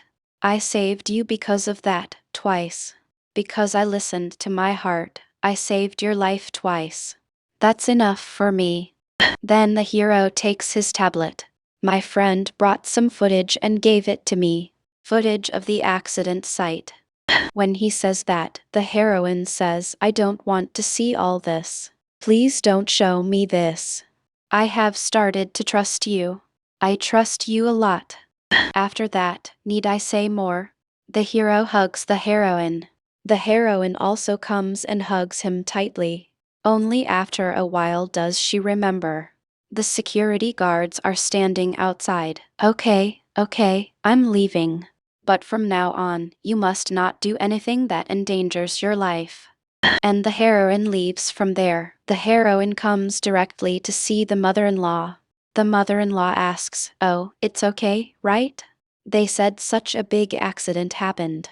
There's not a single scratch on your face." To that, the heroine says, "Yes, the doctor said I'm lucky." What to do? Then, aren't those two bodyguards lucky? How are both of them?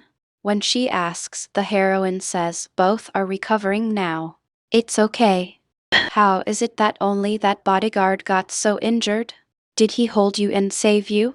Correct, they are doing their job. That's why they take so much money. She says, can you buy someone's life by giving money? When the heroine asks, why, don't you know?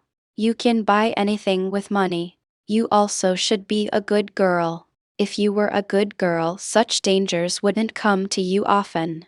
I think you have very bad luck this year. See how many times this has happened? Behave properly after this. Keep your mouth shut. And the mother-in-law scolds the heroine terribly. At the same time, Jang Tara and her mother have come here. I won't let you in, they say, and the butler is holding them back. Do you know who I am? The mother and daughter are creating a scene. No matter who you are, I won't let you in without the chairman's permission. The heroine comes to that place. As soon as she comes, see, they won't even let me in. She complains. Immediately, the heroine comes and says, I'll take care of them. You go. Why have they come here? We see they want to invest some money in Jang Tara's business. Hearing that, the heroine gets angry.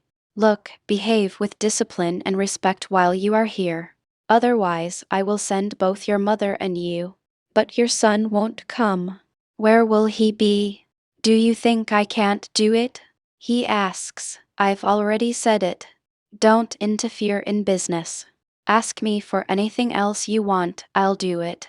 When he says that, immediately her mother says, Oh my, are you going to divorce your husband? The heroine gets very angry. If I say listen, what will you ask? I can't do all that. If you don't know where your daughter is, your daughter might be here. Otherwise, you take your daughter and leave from here. And the heroine leaves from there. The heroine goes to the office and talks to her brother. What does she ask her brother? Who has the original ledger of the foundation? She asks. I only know there are 2 copies. I don't know who has the original. It's better if you don't interfere in that. Is it with Lawyer Han? When she asks, he remains silent. Seeing that, she gets confirmed. In the middle of the night, someone knocks on a room door. Whose room door? That old man comes outside. It's Lawyer Han, the old man. He is bringing a wine bottle. He also says, come inside. And takes him in. Both go in and close the door. The elder son is standing and watching all this. He is standing very tense. Now, it seems he knew about this from a young age. Why are you doing this after seeing mother in such a state from a young age? What will happen if father finds out? He says and cries terribly. Your father already knows all this. Will you leave from here? He says and chases the elder son away from there. He comes back and sits down drinking terribly. Thinking about all this, our hero is now discharged from the hospital and comes home. Park comes to that place to see the hero. As soon as he comes, why did you come so soon?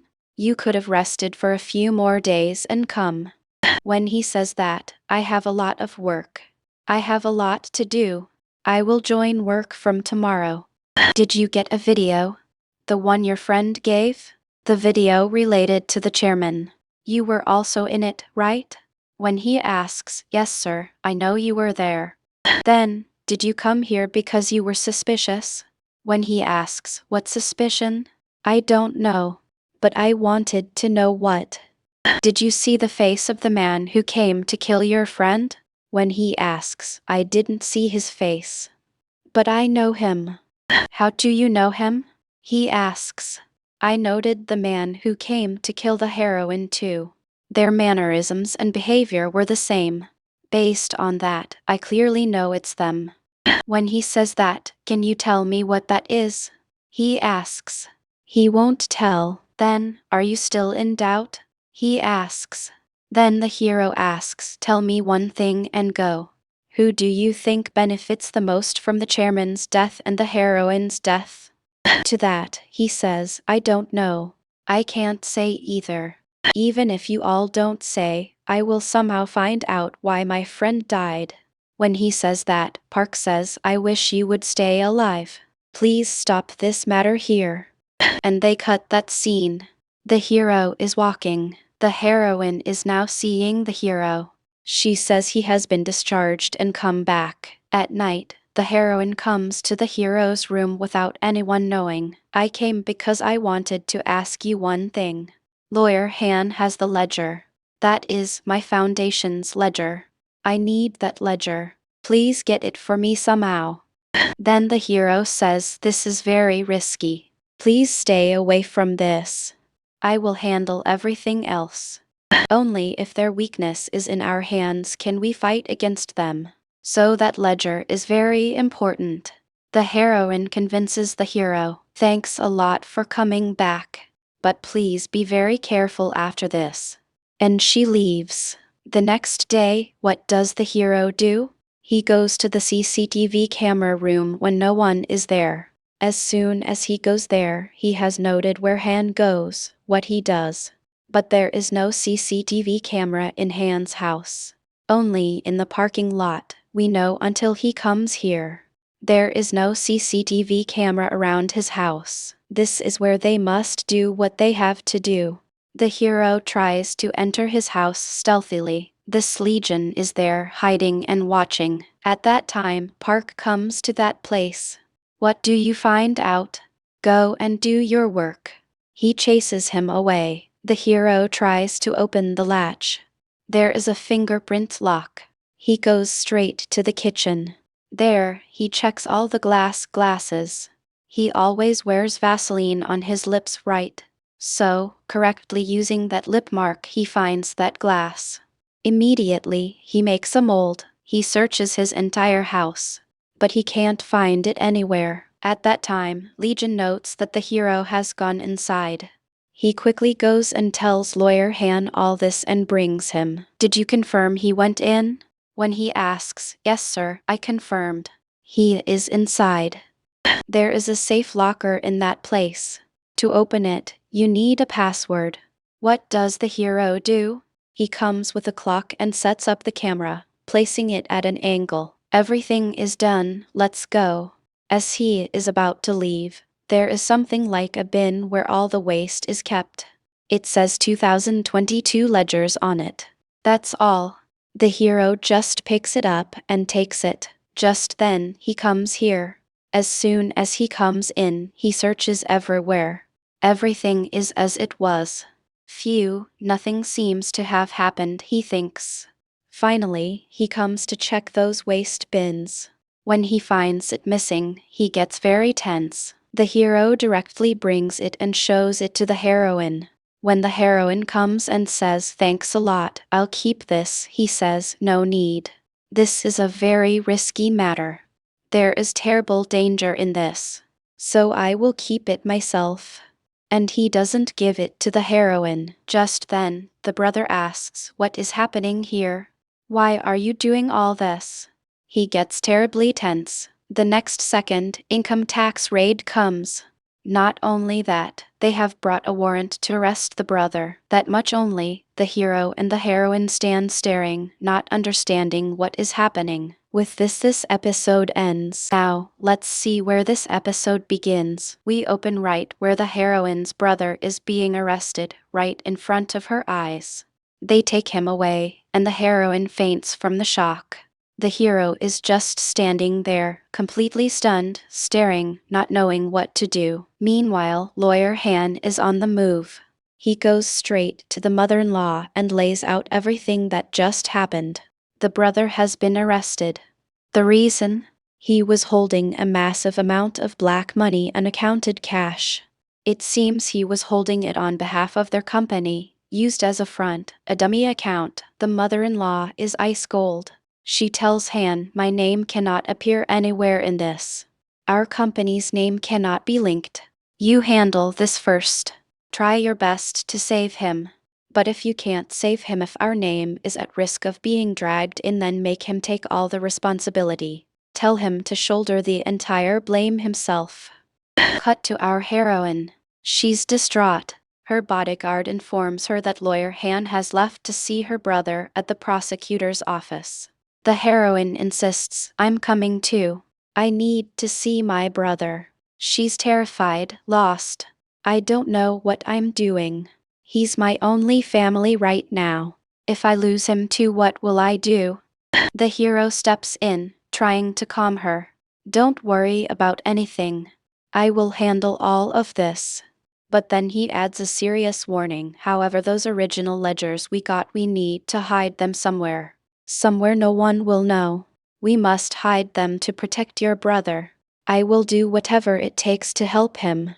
He holds her hand, comforting her, trying to steady her nerves. This tender moment is witnessed by her husband, who walks in. He's shocked into silence, mouth agape.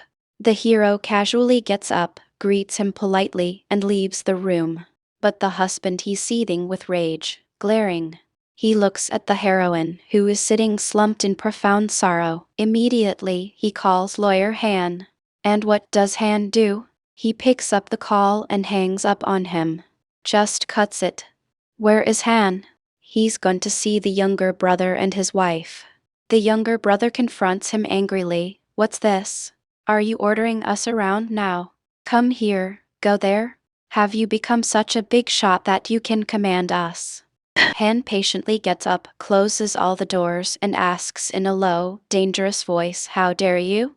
How dare you do something like this without asking me, without telling me anything?" He shouts at him. The younger brother shouts back, "Why should I ask your permission? I'll do whatever I think I should." The two men are now in a full-blown shouting match. The wife is confused.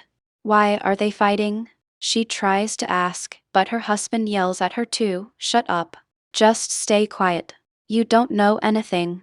Han finally lays down the law. "Until I say so, you will not do anything else in this matter. You will not talk to anyone about this. Do you understand?" And with that, he leaves. As soon as he's gone, the wife asks her husband, "What on earth did you do? Please, tell me." He replies, "That man Han, he said he'll handle everything, didn't he? Let him handle it. We'll let him fix everything." The scene shifts. The heroine arrives to see her brother. "I only have 3 minutes," she says. The hero reassures her, "That's no problem at all. Don't you worry about a thing. You stay safe. And most importantly, make sure nothing about this leaks to the press or the media. That's all I ask." The heroine looks at him, concerned. "Are you going to take all the blame yourself?" He replies firmly, "Listen. Don't even think about taking revenge on your mother-in-law. You definitely cannot do it. You should know that by now. So please, let all of that go and just focus on your own life. Don't think I'll just quietly take the blame and go to jail. I have a grip on the situation too. I'm holding on to it." Right on cue, Han arrives. "You both go. I'll handle the rest," he says. With no other choice, the heroine leaves, unable to properly speak with her brother. Inside, the brother immediately asks Han, "Who do you think did all this?" Han suggests, "It must be the second son of the Chin family." The brother challenges him, "How can you be so sure it was him? It could be someone else." Han is cold and direct. "I know everything, sir. You don't need to lie to me. I just need one thing. Get me out of here cleanly, without any problems, so I don't have to keep circling in court cases. As for the rest, you know everything. Not only that, I have proof of all the bribes we gave, to whom, how much, for what." He is blackmailing him. Han fires back, "I've kept you by my side and taught you so much, I thought." The brother retorts, "I will not open my mouth for any reason. If you don't cause me any problems, I'll zip my mouth shut and keep it that way." Han laughs, "You think just because you're a small-time boss you can do all this? That's a huge mistake. Know why? Your sister's bodyguard came to my house and stole the original ledger from me. You know very well how much trouble that will cause for both of us. Think about it. Conform. He's the one who leaked all this. Not only that, he has set it up so you get arrested too. Stop trusting others. Trust only those you need. Understood?" And he leaves. We see the younger brother. He's searching and reading up everything about the heroine online. His wife comes and pleads, "Please, just tell me what you did." He finally confesses the truth. "Yes, it was me. I was the one who reported that they were keeping black money. I was the one who gave fake names and some proofs. So for now, they'll be in a bit of trouble." "But why did you do this?" she yells. "For our mother. To give it to our mother. They have to suffer. They think they can hand everything over to my brother. I will never let that happen." The wife tries to reason, "However this goes, everything will be split half and half between you two. Why are you creating problems?" He goes mad. "Half? Who wants half? I want it all. I want this entire empire for myself." He storms out into the night. His wife shouts after him, "Please make sure no rumors or photos leak out. Whatever you're doing, just finish it." Han goes to see the mother-in-law again. He tells her the brother won't talk. "We won't have any problems because of him." She explodes, "If a problem comes from this, I don't know what I'll do." She scolds him, questioning his orders. He remains silent. Then he reveals, "I already know who did it." And he points the finger squarely at the hero. "The hero is the one who stole all the ledgers from my house. There are witnesses who saw it." Immediately, the mother-in-law and Han call the heroine in for a talk. "What is your relationship with your bodyguard?" they demand. The heroine is flustered. "What are you saying? I don't understand." They press on, "We know everything. We know the two of you are close. Not only that, we know your bodyguard stole my original ledgers and filed the complaint with the police." They even show her photos they took of her following him. The heroine starts to panic. "Oh no, we're trapped." This woman speaks cunningly. "I'm not saying this to be misunderstood, but did you sleep with him?" She accuses, "You seem to be in love with him, acting all lovey-dovey." The heroine defends herself. "There is no such relationship between us. I was just very emotional, and he was comforting me. Besides, I was the one who asked him to get the ledger. I had some doubts if my brother was lying to me. That's why I asked him to get it. He didn't file any complaint." The mother-in-law is ruthless. "I don't need any of this. Say whatever you want, do whatever you want. I don't care. I want him dead right now. We cannot let him live knowing the truth." They start planning to kill him. The heroine pleads, "I'll bring you the ledger and give it to you." The mother-in-law sneers, "Are you still under the spell of your love for him? You don't like my son, but you like him? Fine. Let it be. But I will definitely not leave both of you alone." She screams in rage. Han adds more poison, confusing the heroine further. It must be him who took the ledger and filed the complaint. Only he has the ledger. No one else has it. No one else knows the details. A doubt begins to creep into the heroine's mind. He is a policeman. He does police work. Would he really do this? Han pushes, think about it. You're an educated girl. You have sense. You'll understand. And the doubt in her mind grows. Han leaves and finds the hero waiting right outside the gate. He confronts him directly. Give me that ledger properly. Bring it to me, or else you'll be in trouble. The hero just smiles casually. Oh, sorry, sir. I definitely didn't take it to give it back to you. Han is furious but smiles back. No problem at all. You're just choosing your own fate, that's all. And he walks away. Han then goes to see Jang Dara. Why?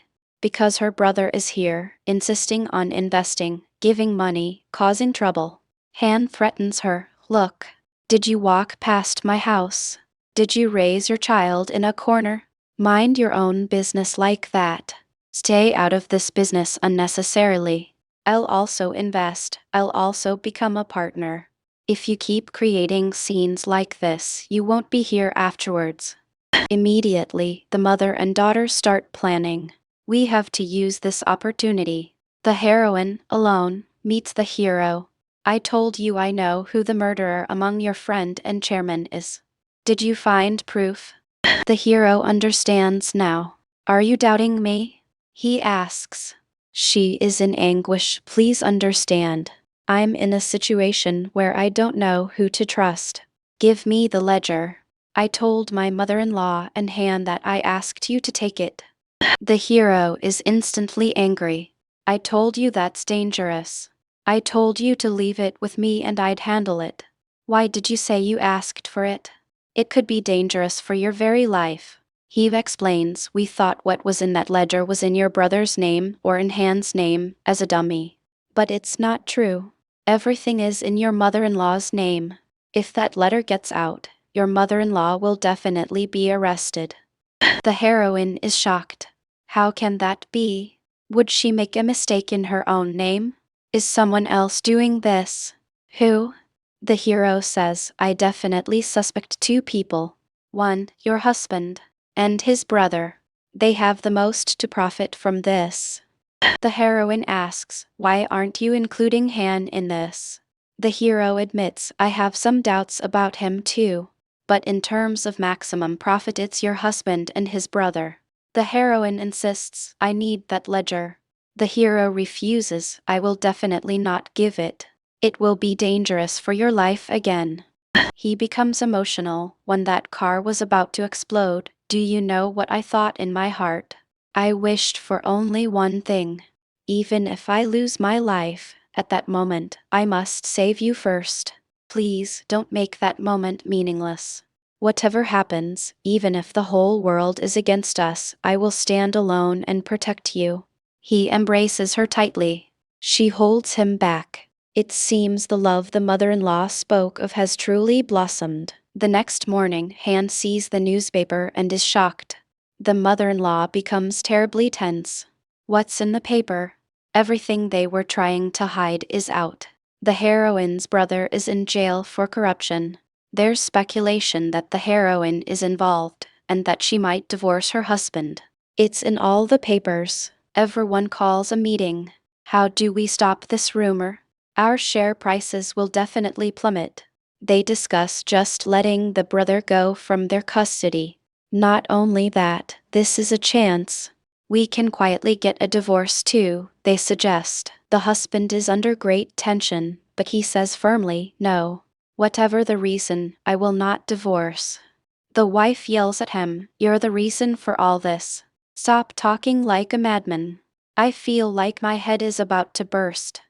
It's revealed that Jang Dara and her mother gave this news to the papers. They got it from the guy whose card they took. Their only goal is to make the heroine divorce. Han goes to see the brother in jail. Where are you keeping all the proofs? The proofs of the bribes I gave? Where? The brother says, I have them, sir. First, get me out safely. We can talk about the rest later. The mother-in-law and Han strategize again. How do we silence this rumor? Let's just have her resign. People will definitely talk about that excitedly and forget this. Han immediately says that won't work. How do we silence this? We have to reveal the illicit relationship between your dear daughter and her bodyguard to the public. Only then will this news die down, and our company's name will become even more popular. The mother-in-law asks eagerly, will this work out correctly? Han says there's no other way. This is what we must do. They immediately call the heroine. Go with your bodyguard to Busan right now. Tomorrow evening there's a photo shoot for you and your husband. You'll have a party with your friends there. Only then can we suppress all this news. First, you leave. He will come after the evening meeting. The heroine agrees. Han is thinking about something else. What is it? The late chairman, the heroine's father-in-law. There was a conversation between the two of them. He was a family lawyer. The chairman had gone to New York to write his will in a law firm there. Han had asked, why did you go there, leaving all the law firms here? The chairman replied, no matter how many people are here, there's no place you can't influence, is there? That's why I went to New York to do this. They will only open and read that will on my 70th birthday. Whether I'm alive or not, I don't care about anything else. Now, Han wants to know what's in that will. So what does he do? He meets a lady in the present. Who is she? She works as a typist in that very law firm in New York where the will is kept. Han asks her if she can somehow get it and read it to him. She says, no matter how much you give, it won't happen. There's no chance. They will never change their rules. You can only know what's in that will on his 70th birthday. Meanwhile, people have come from Switzerland to give the mother-in-law a massage. They are all foreigners. They are having a great, luxurious time. Our hero and heroine are on their way to Busan by car. They are by the sea, standing, admiring the beauty, both of them happy, talking and laughing. The heroine affectionately hugs the hero. And then they show something. The bodyguard, Lee, is there. She has been following them and taking photos. Why? Because they want to somehow leak the news of their illicit affair to the media, to social media. That's why Han sent her to take photos. Get photos of them being intimate. Only then begin your work. Remember that, he had told her. At the same time, they are planning to make the husband late for a meeting, deliberately. The heroine says he probably won't come. The meeting isn't over yet. He will only come tomorrow morning. I think the two of us should stay here for now. As the two of them talk inside, Lee is outside, taking photos. The hero comes to the heroine's bedroom to settle in. What are you doing? She asks. He says, well, if you were sleeping and danger came to you, I'd be sitting right here watching over you. She says, hey, isn't this a bit over the top? He replies, you sleep first. I'll go outside, check everything once and come back. He goes to make her lie down on the bed. The heroine holds him. Can you just stay like this for a little while and then go? The hero also holds her, comforting her.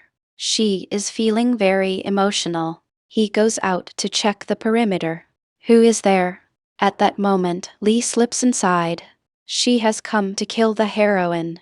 At the right moment, the hero sees this through the mirror. The heroine runs, escaping from one side to the other as Lee tries to stab her. At the crucial moment, the hero comes and saves the heroine. Not only does he save her, he pushes her into the room and locks the door. Please open the window and run as far as you can. Don't even look back. After that, the hero comes out and a fierce fight ensues with Lee. It's a brutal fight, but the hero cannot overpower her. At that time, the heroine does as he said, escapes through the window. Lee stabs the hero 4, 5 times in the stomach, kicks him away, and runs after the heroine. With great difficulty, the hero gets up. Han and the younger brother are shown meeting secretly at night. What's the discussion? It seems the mother-in-law is considering giving the foundation to the younger brother and the entire company to the older brother. The younger brother refuses outright. Foundation? To sit there and do social service for everyone? I can't do that. I want the company. Han advises, look, there are many things you don't understand. There is enormous money in that foundation. So, agree to that. Getting that company into your hands is my responsibility. He gives his word. The heroine, meanwhile, takes refuge in a boathouse. But Lee finds her there too. She hits her, knocks her down. The heroine is hit on the head and faints. Just as Lee is about to stab her, the hero arrives just in time. He catches her and stops her. He kicks Lee away to stop her from stabbing the heroine. She falls outside. The hero picks up a knife from inside, closes the door, and goes outside. And with this episode ends. Let's begin today's episode. Our hero picks up a knife, shuts the door, and steps outside. When he reaches his destination, he finds someone already waiting for him. A chaotic fight breaks out. Seriously, it was a well-choreographed fight sequence. The hero keeps trying to get a look at the person's face, but no matter how hard he tries, he just can't manage it. Even though he fights skillfully, like a water law, the opponent is even more ultimate. Even the Legion is taking a serious beating. The hero manages to injure the opponent's hand as well. Still unable to overpower her, he finally pushes her into the water. Since he can't handle her any other way, he quickly gets into a boat and starts it, speeding away from the scene. Meanwhile, the husband arrives in the morning. A call comes to their hotel room, informing them that something seems to have happened. Hearing this, he rushes out quickly to check on the heroine. We're shown again what happened between the hero and the heroine. The hero is sitting quietly in the boat. The heroine is sitting beside him. The hero opens his eyes and looks at her. You're okay, nothing happened to you, he says. I stayed silent all this time because I didn't know what to do until you woke up. The heroine immediately hugs him tightly when he says she's fine.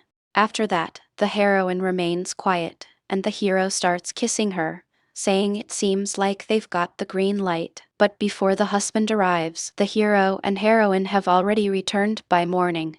The heroine is lying asleep. When the husband sees her, he feels a sense of relief that she's alive. He sits beside her quietly. Suddenly, the heroine moves in her sleep and ends up touching his hand and leg. He's surprised because she usually doesn't like touching him. At the park, the husband confronts our hero, shouting, "Why did you switch off your phone? Where did you go?" That's when the hero explains everything that happened. Last night, there was an attack.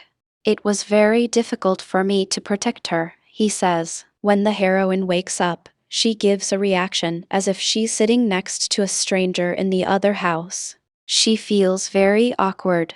Then she looks and sees the hero lying down below. She looks out the window, and the hero sees her too. Without even a greeting or any respect, the hero walks away disrespectfully. You saw him and went out at night? Were you with him? Please, just tell me you were dating him or something, the husband says. The heroine replies, is that all you think about? Yesterday, someone attacked me. They tried to kill me. Who did it? What happened? When asked who did it, she says, I don't know. How would I know? We'd have to find out to be sure. She insists they must find the culprit. Meanwhile, a photo shoot starts. An interview is also conducted. Both are smiling, pretending to be happy. The hero sees this. The heroine also sees him. They're already showing what happened. Before the husband arrives, the hero and heroine are already there. The hero is badly injured, isn't he? The heroine is treating him, giving first aid and all. The heroine sees the hero's back, it's completely wounded. Seeing it pains her deeply, the hero immediately tells her everything. The person who attacked yesterday is the same one. I'm sure of it. I know his movements well. So now I can say with 100% confidence, someone from your family must have arranged for this to happen. They probably sent him to retrieve the ledger.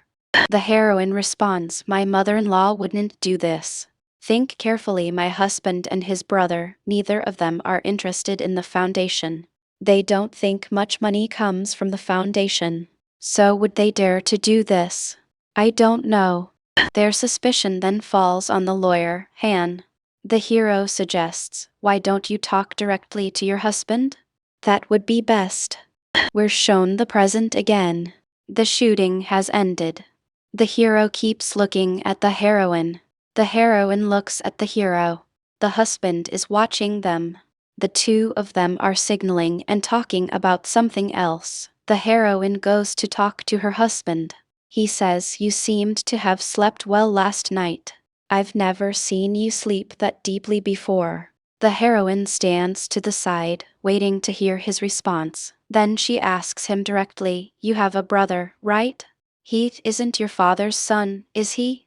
She bluntly puts it out there. The husband is shocked and asks why she's asking such a thing. It's quite clear.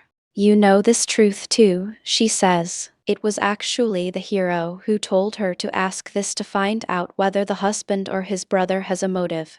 The husband admits, yes, it's true. That's why my father wasn't very interested in him. He confesses the truth. When asked about their father's death, he feels embarrassed. He died in such a situation, it's shameful to talk about it outside. She presses, is that what they told you? Do you believe that? She reminds him, they said your father was alone in a hotel with another woman when he died. That's what they must have told you, right? Hearing this, the husband gets angry. Why are you talking like this? She shoots back, don't you think? Maybe someone murdered your father. Who did it? He's stunned by this question. We're shown people in panic. What's happening? It seems like the messer she trusted who came from Switzerland cheated her, took her money, and left. Who was that woman? They say her name is Sham, a woman who performs pujas. That woman scammed her badly. Now she's screaming in fear. This matter cannot get out. My honor and respect will be ruined. Han assures her, okay, I'll handle it. Don't worry. The servants already know everything because they've seen people coming and going. They whisper, oh no, the owner has been cheated like this. The butler comes and scolds them, don't look at these news stories. Do your work and leave. Later, when the hero and heroine are in the hotel, Han sends someone to secretly take photos. He shows these photos to the mother-in-law. These photos should be enough to spread rumors, he says. What do they want? Well, this month, the late chairman's 70th birthday is coming up, and they'll read the will. If it turns out that most of the shares were written for our heroine, it'll be a big problem. That's why they want her to apply for divorce before that so they can file a case. After that, she won't have any rights to it. Maybe they'll offer some percentage as a settlement. That's why they're trying to make her apply for divorce somehow. Then, it's revealed that the bodyguard has a personal grudge against them. Why would he have a personal grudge? She asks. Well, when his friend was investigating the chairman's case, he was killed. That's why he suspects them and holds a grudge. So, did you kill him? She asks. The husband lies through his teeth. When have I ever done such things? Just as he's about to leave, the heroine comes in. Oh no, I heard you were attacked. She says. He dismisses it, forget all that. My brother will be out in 2 days. That's what's important to me, and he leaves. Our hero goes directly to the Legion woman and starts hitting her. You've been killing with a knife since you were 13. But you couldn't kill one woman? If you mess with my family, you know what I'll do, right? He threatens her. Prepare for the next attack. If you fail this time, I'll do what I said. He threatens her again. The hero's hand injury has healed well by now. The husband arrives, sees the rumors and photos about the heroine, and goes to see his mother about the murder. Why did you do such a disgraceful thing?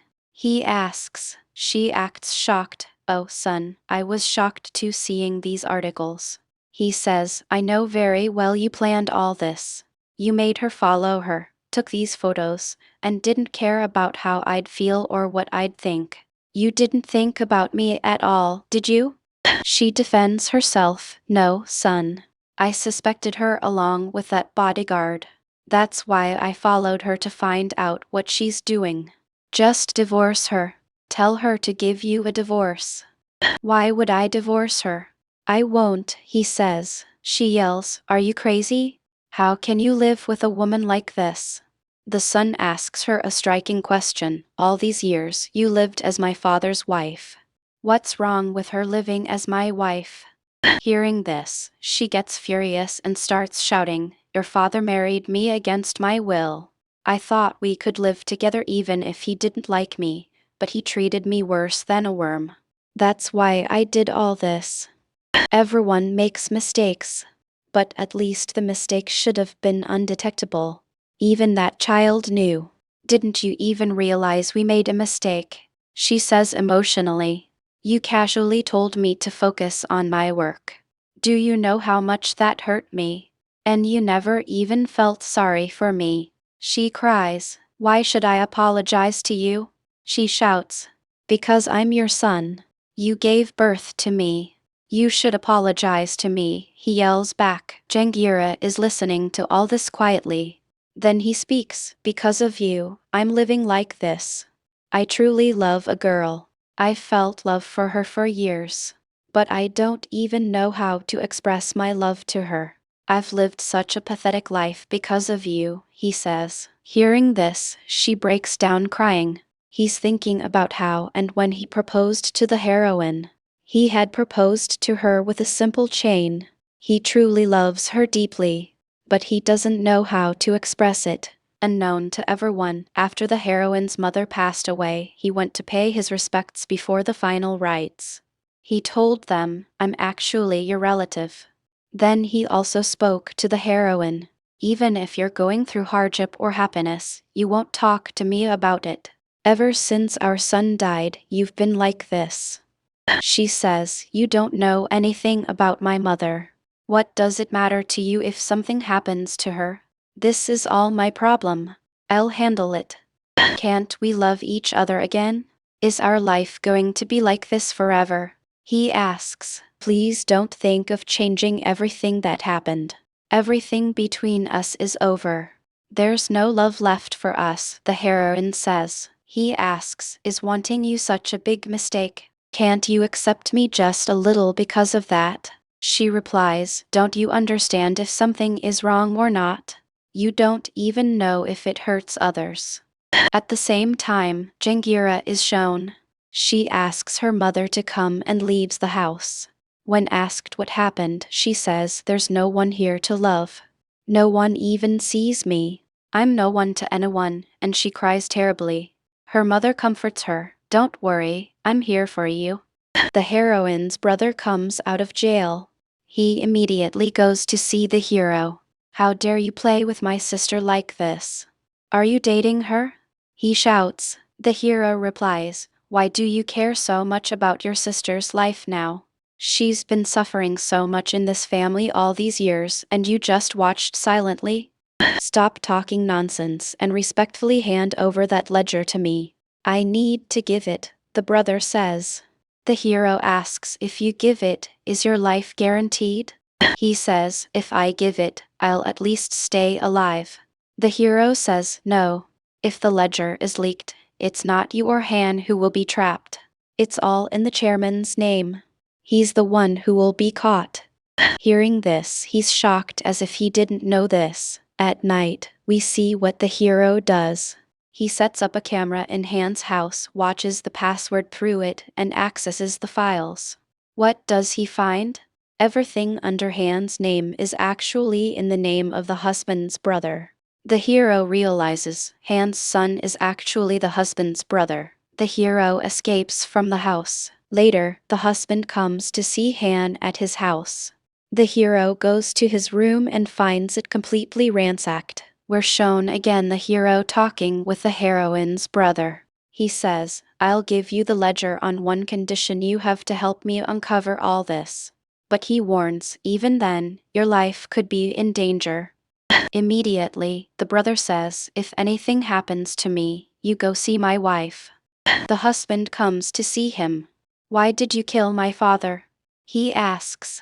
"Are you drunk?" "You're talking nonsense," the brother says. "I know very well. You're doing all this for your son. Please stop all this," he says. "My son? What son? You're talking crazy today. You must have taken too much stuff," the brother says. "I'll tell you one thing, remember this. My father wouldn't have written a single penny for your son.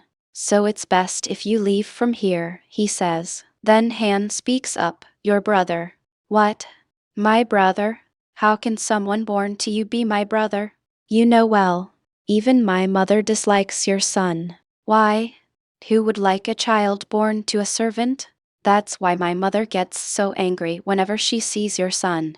Hearing this, the brother gets furious. "If anything happens, that day will be your last. Did you or your son think of doing something to my wife? That day will be the last for both of you.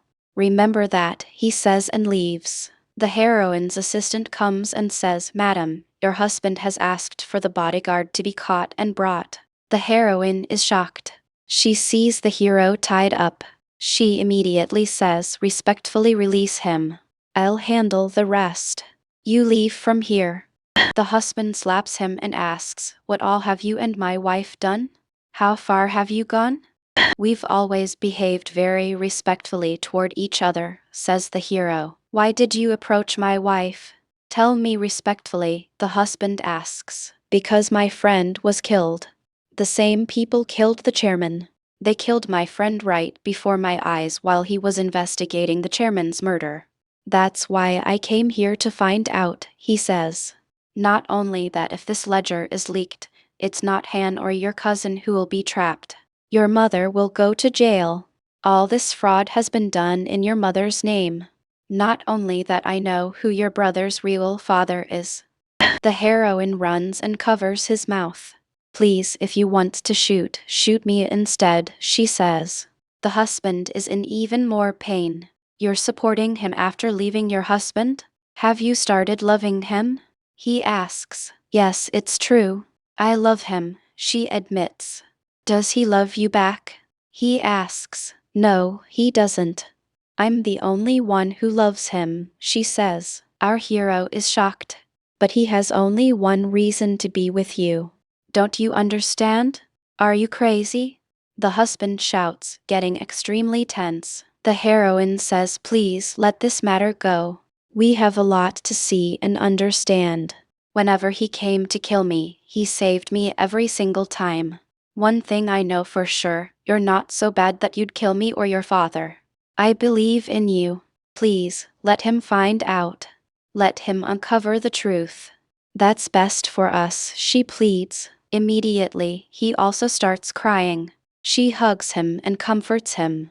The hero leaves from there. We're shown again the old chairman and Han talking. The chairman clearly knows the second son is actually his son. "You've done a lot for your son. I know that well. What do you expect from me after that?" he asks Han. Han still doesn't admit it. He remains silent. 2 weeks pass. The day arrives when people from New York come to read the will. Again, the lady is brought alone. "Can you say it clearly now?" they ask. "Please, I can't do anything. Don't force me like this," she shouts. They make everyone except family members wait outside. The heroine's brother is also outside. They start reading the will. Their father had also recorded a video and written it in his own handwriting. What does it say? Almost 8,000 crores is written in our heroine's name. It will go to the foundation she runs. But it will only come to her if she's alive and signs it herself. Otherwise, the money won't go to anyone. That's it. Hearing this, everyone is in shock. That crazy old man is dead. Otherwise, I would have killed him myself. The question is filled with murderous rage. But the heroine is in deep shock. However, the husband is just sitting there, smiling after hearing all this. And with that, this episode ends. See where we start this episode. We start with the hero walking alone. Where is he going? He and his friend together go to meet the commissioner at a place. He goes to see the commissioner. The commissioner immediately scolds him. Why did you call me here to meet? He says, because this hero had fought with him before and left. The hero says, sorry, sir. Please forgive me. Honestly, I suspected that you were also involved in all this. So, what are you going to do now? The commissioner asks. The hero says, I have proof. If you give me a little more time, I will get proof ready for everything. Can you take action against them? The commissioner replies, bring me solid proof. Without proof, I can't do anything. They have everyone under them, and it will look like we are all pointing fingers. If there is proper proof, we can do anything to them. Then, the commissioner tells the hero, they have huge amounts of black money in a Swiss bank. They will try to somehow bring it into Korea. Only then can we catch them. Until then, we cannot catch them. At the same time, they show the heroine and her husband. Both of them have gone to Switzerland. Why? Because only the heroine can withdraw that money, but they cannot bring that money directly to Korea. They cannot transfer it to their direct bank account. Why? Because out of that, only 2,000 crore is her father's legitimately earned money. The remaining 16,000 crore is all black money. That's why he had written it to be donated to the heroine's foundation. Money donated cannot be used for anything else by anyone. Only the heroine can withdraw it and use it for her organization. So, what is the husband doing? He is asking his friends for ideas. How can we bring so much money into Korea? Our hero is shown thinking. He picks up a water bottle and leaves. Right then, Legion arrives. The water bottle falls, and she catches it beautifully, as if catching a knife. Seeing this, he becomes suspicious. Oh no, did he see me? She realizes. Immediately, the hero starts questioning her. Are you left-handed? He asks. No, I'm not left-handed. Sometimes I use it, but I'm right-handed, she says. Then he asks, what's your height? She says, 5.8. Can you speak Chinese well? He asks. No, not at all. I was born and brought up in Korea.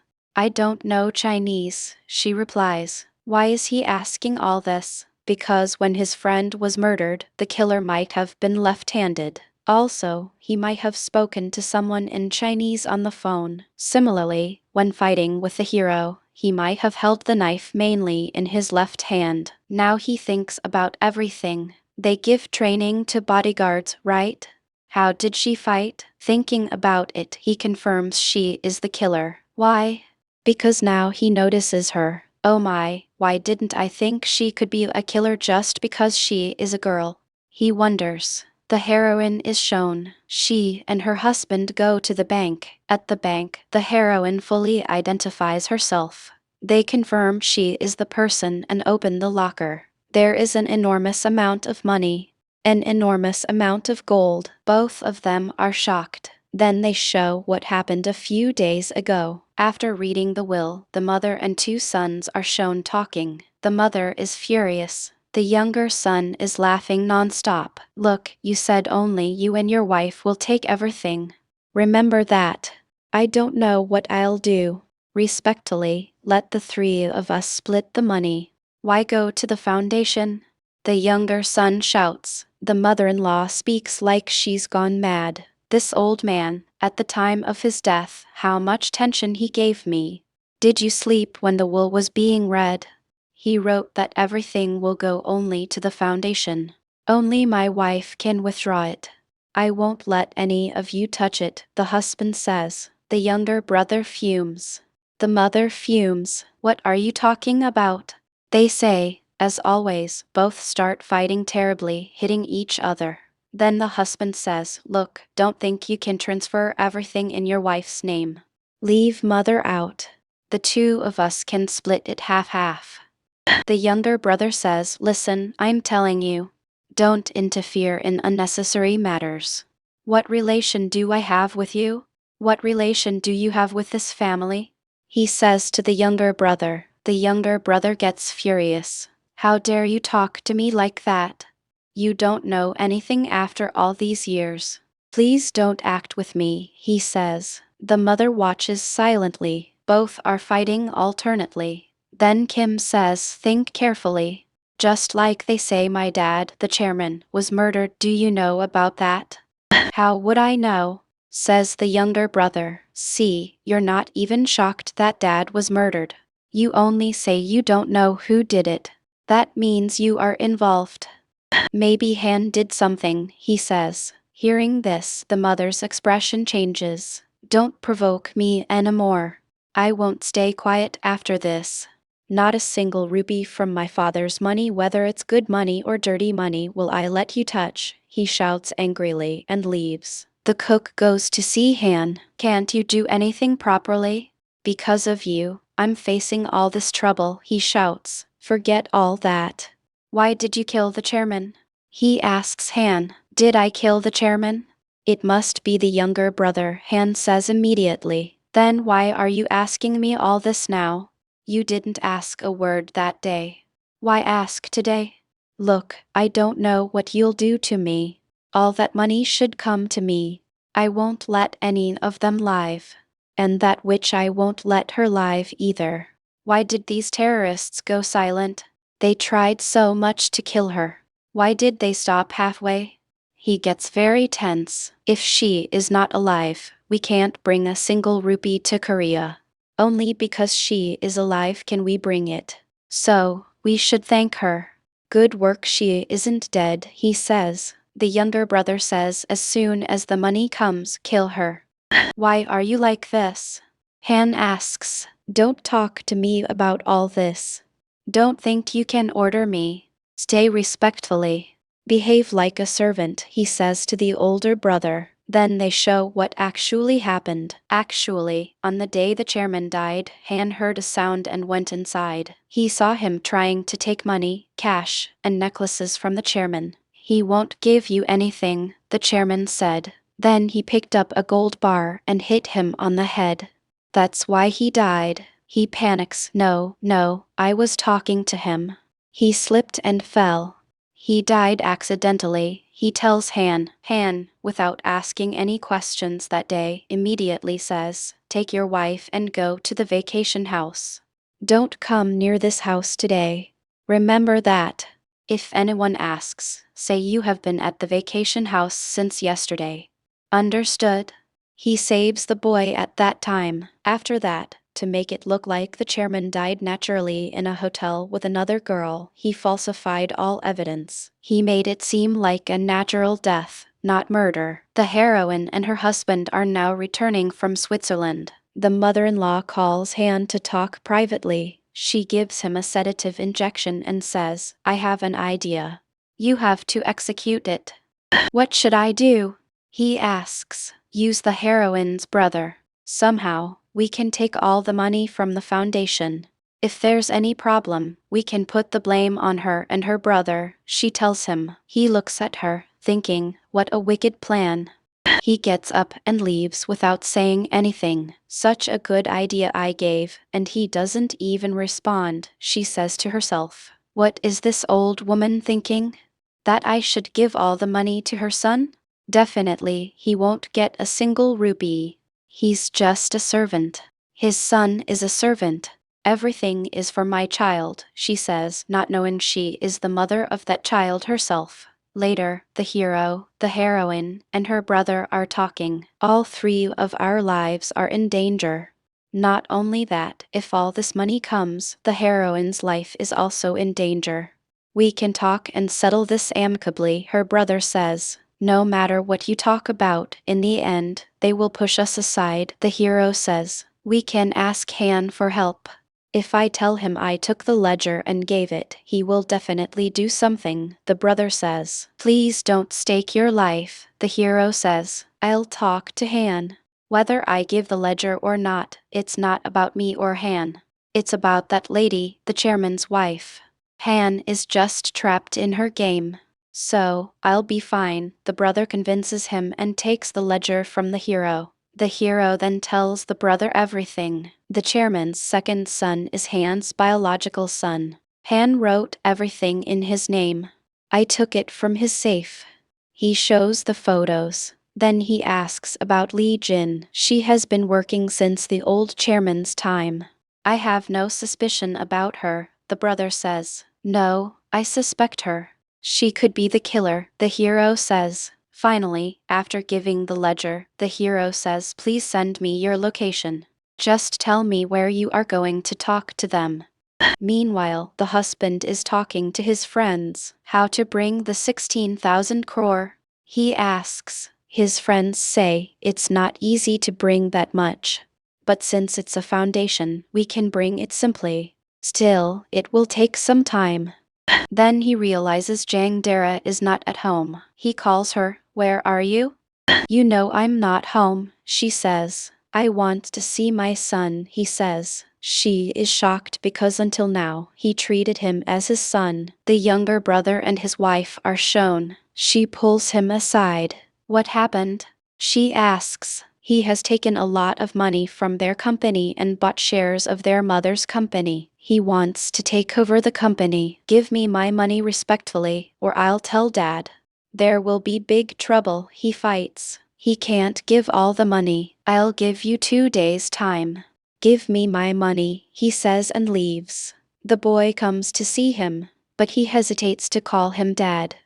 He goes and talks. Did no one come? You came alone? He asks. You said to come alone, so I came alone, the boy says.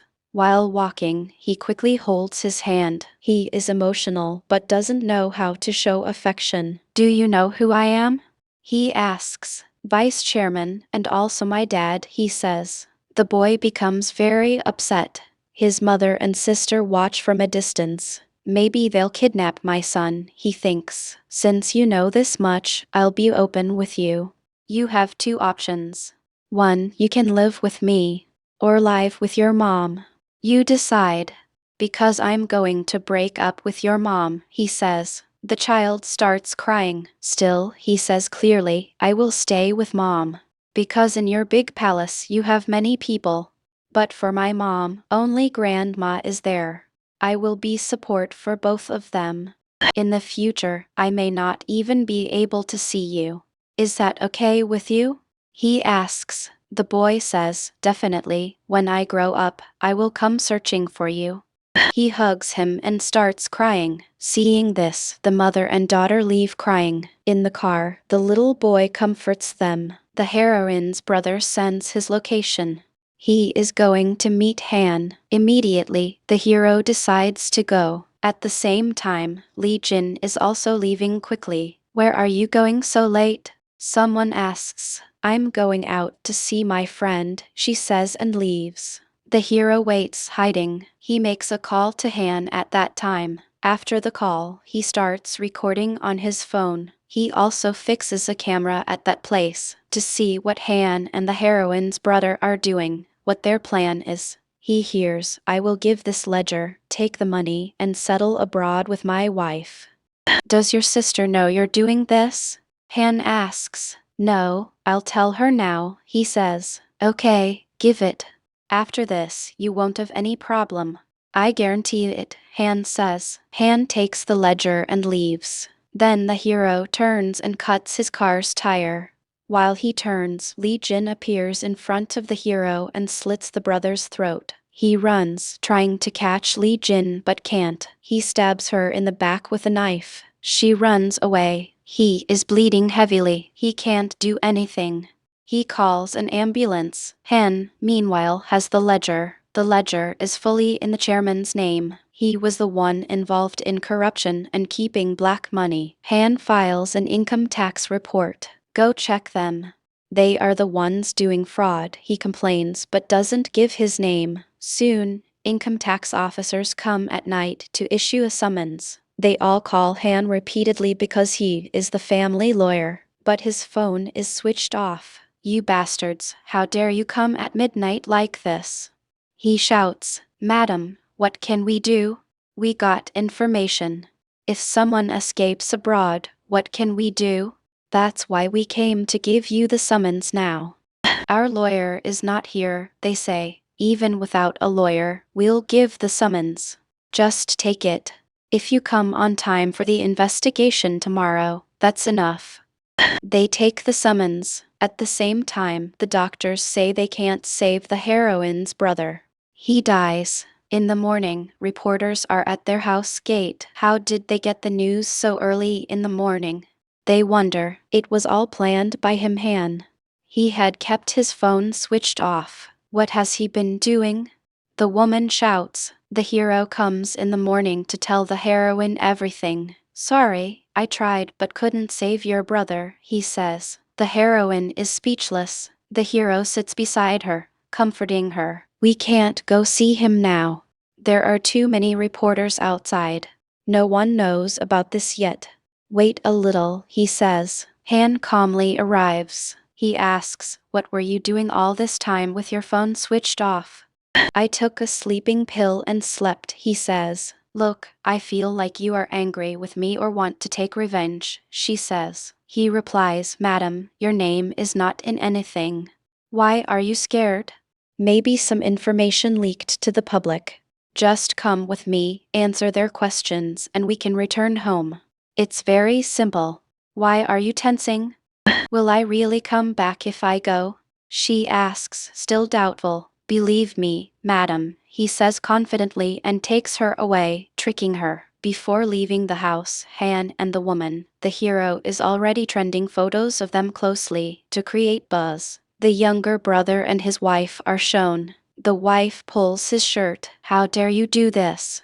Respectfully, give me the divorce notice and sign it, she says. What happened? He had been partying with friends and she took photos of everything. She gave the photos to her father. Look at your daughter.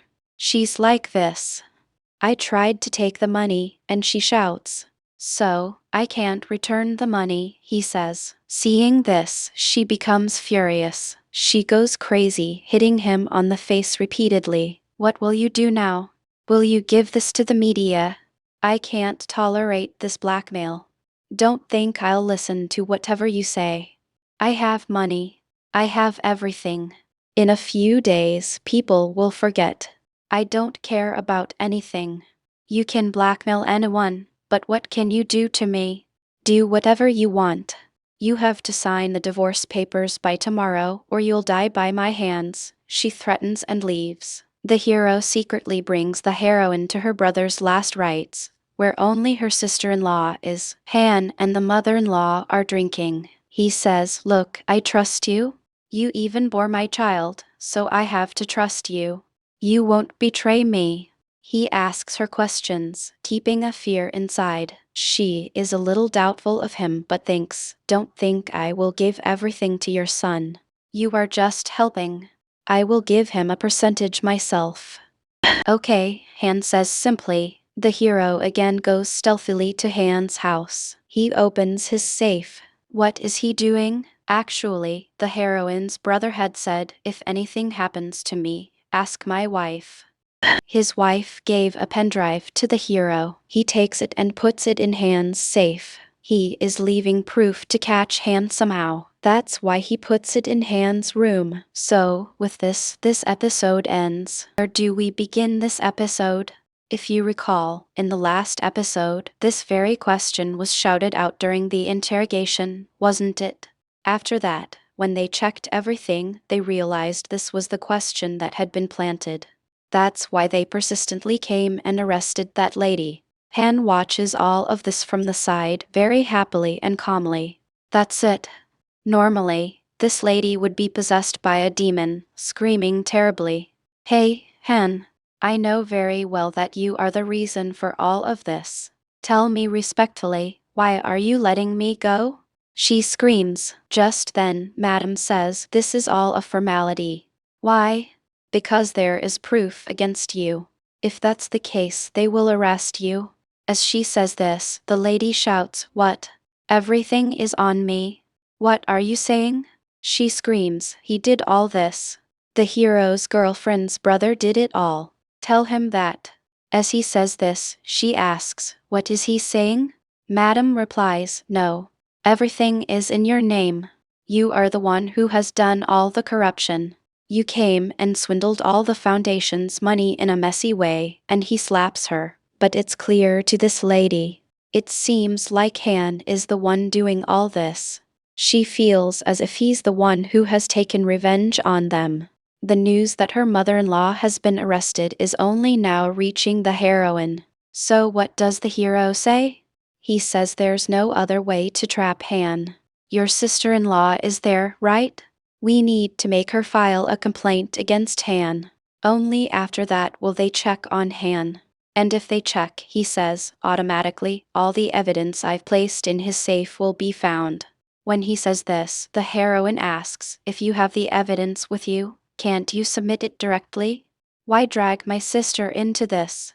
That's when the hero says, "I stole everything illegally. So even if they take it and submit it in court as our evidence, they won't accept it.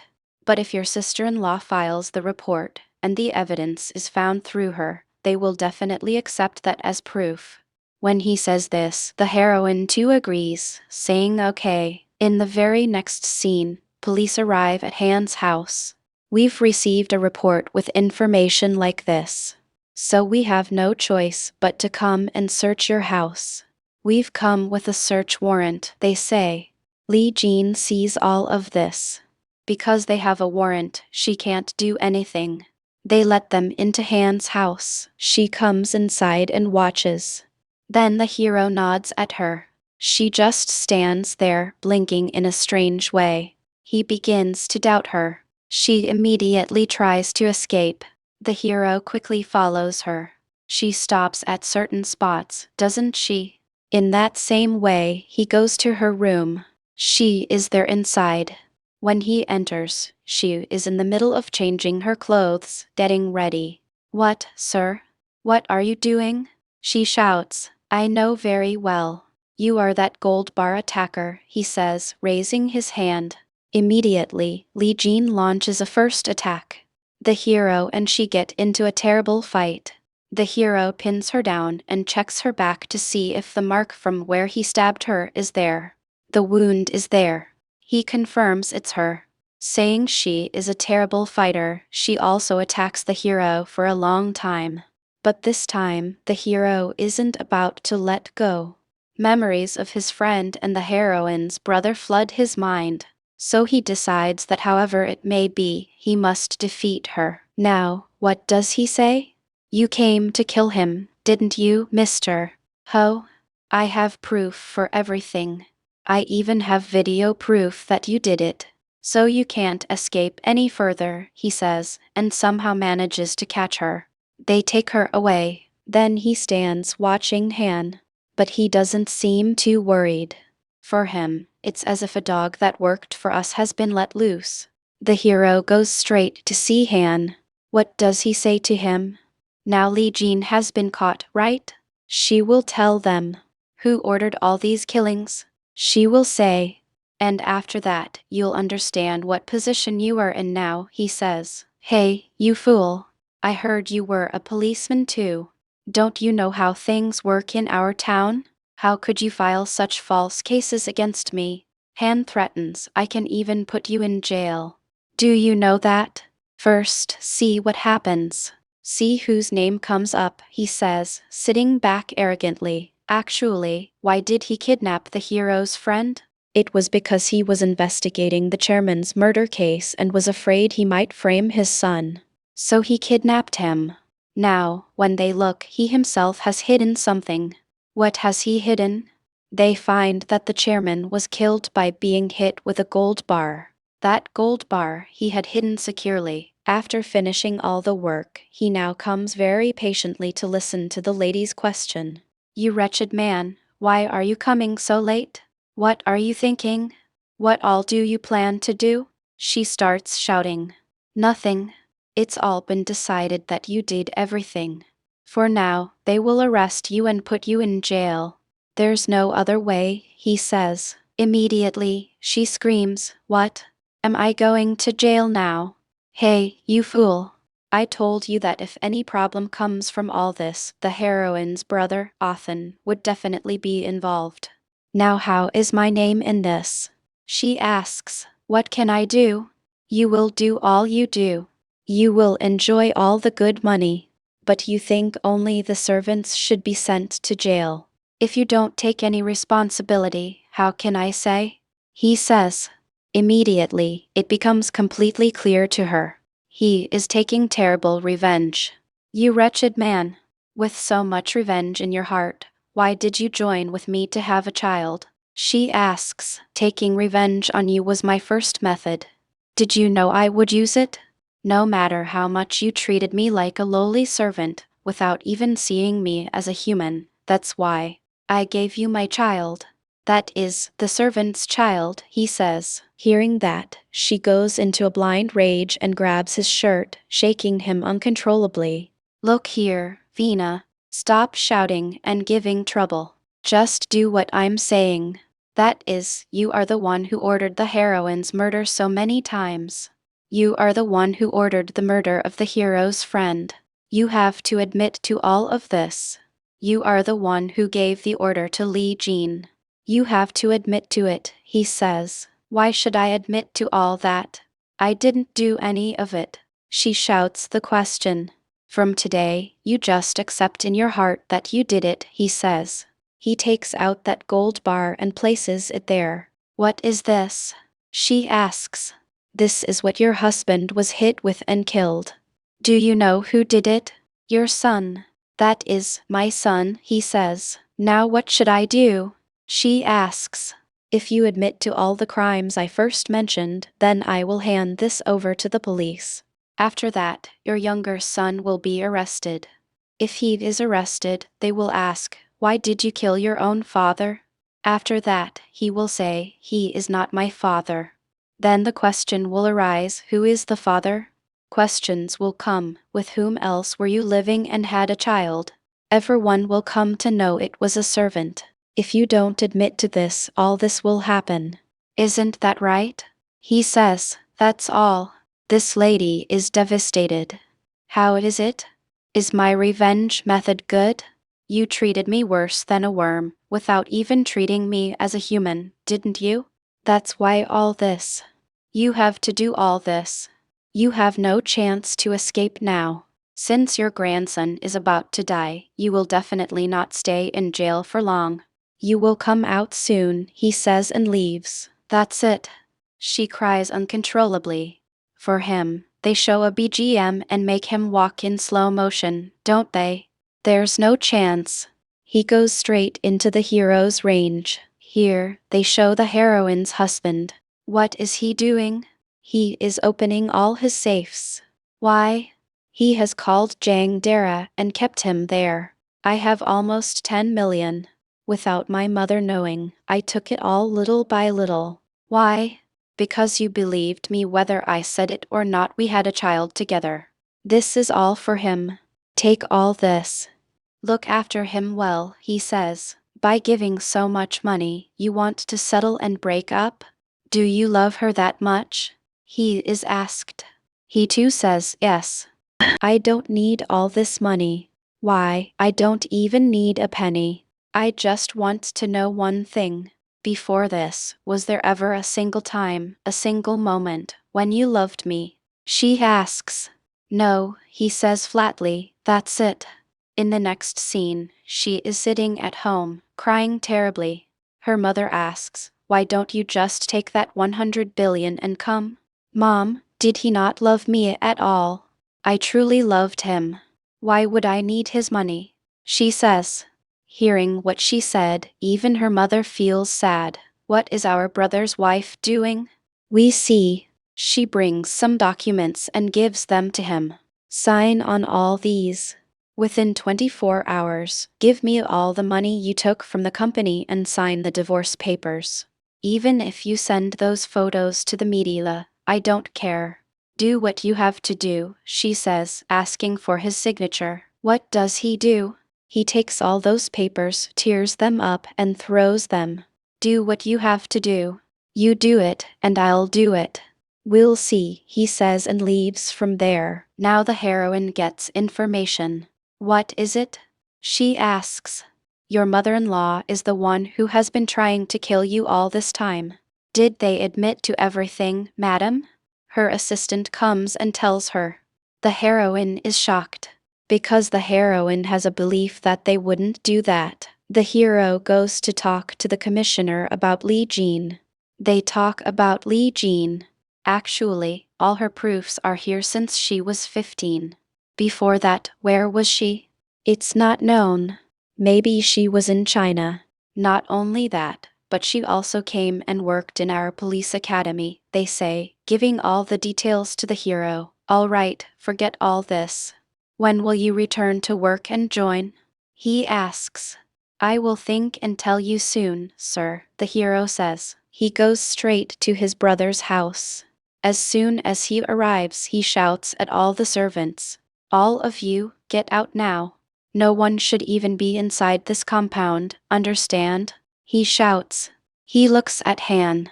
Why are they all going outside? He wonders. He goes and calls the butler and asks what happened. When he asks, they tell him. Hearing that, he panics, thinking what his son might do again, and runs off searching for where he is.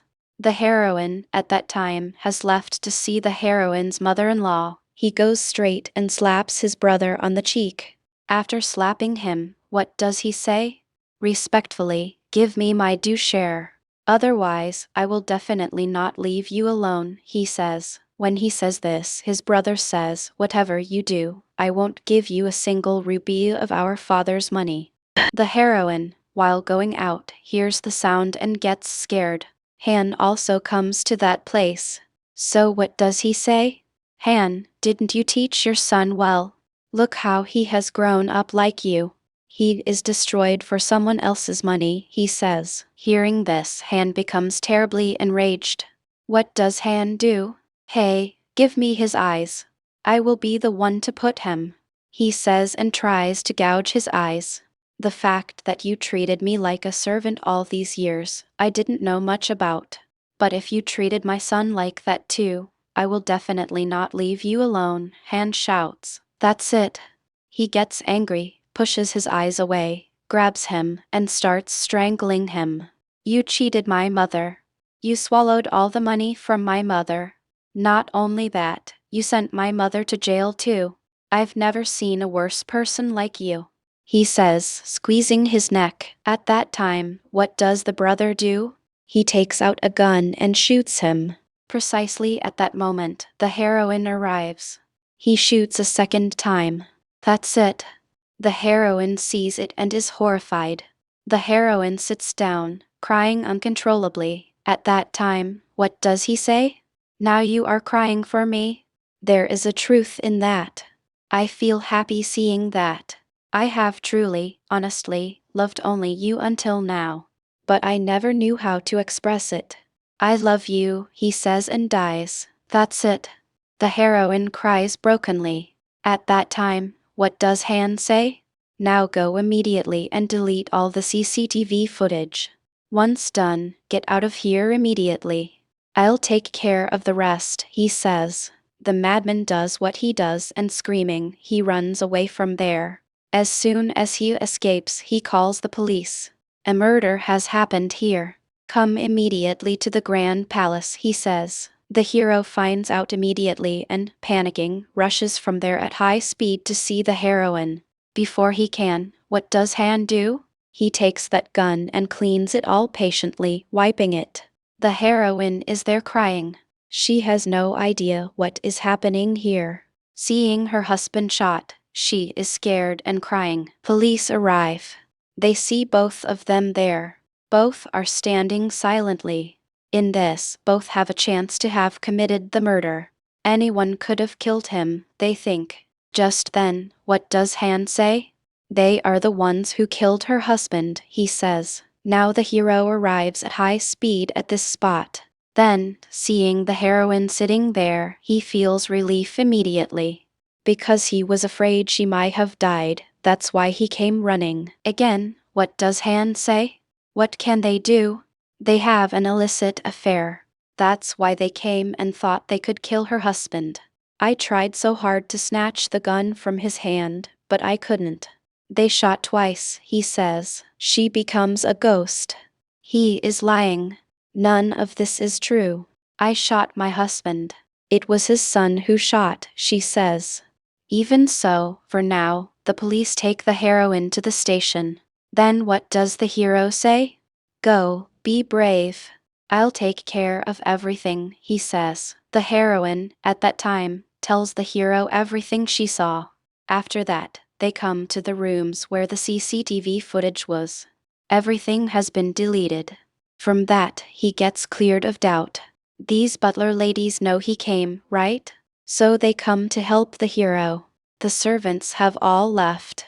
He is somewhere here. His car is here.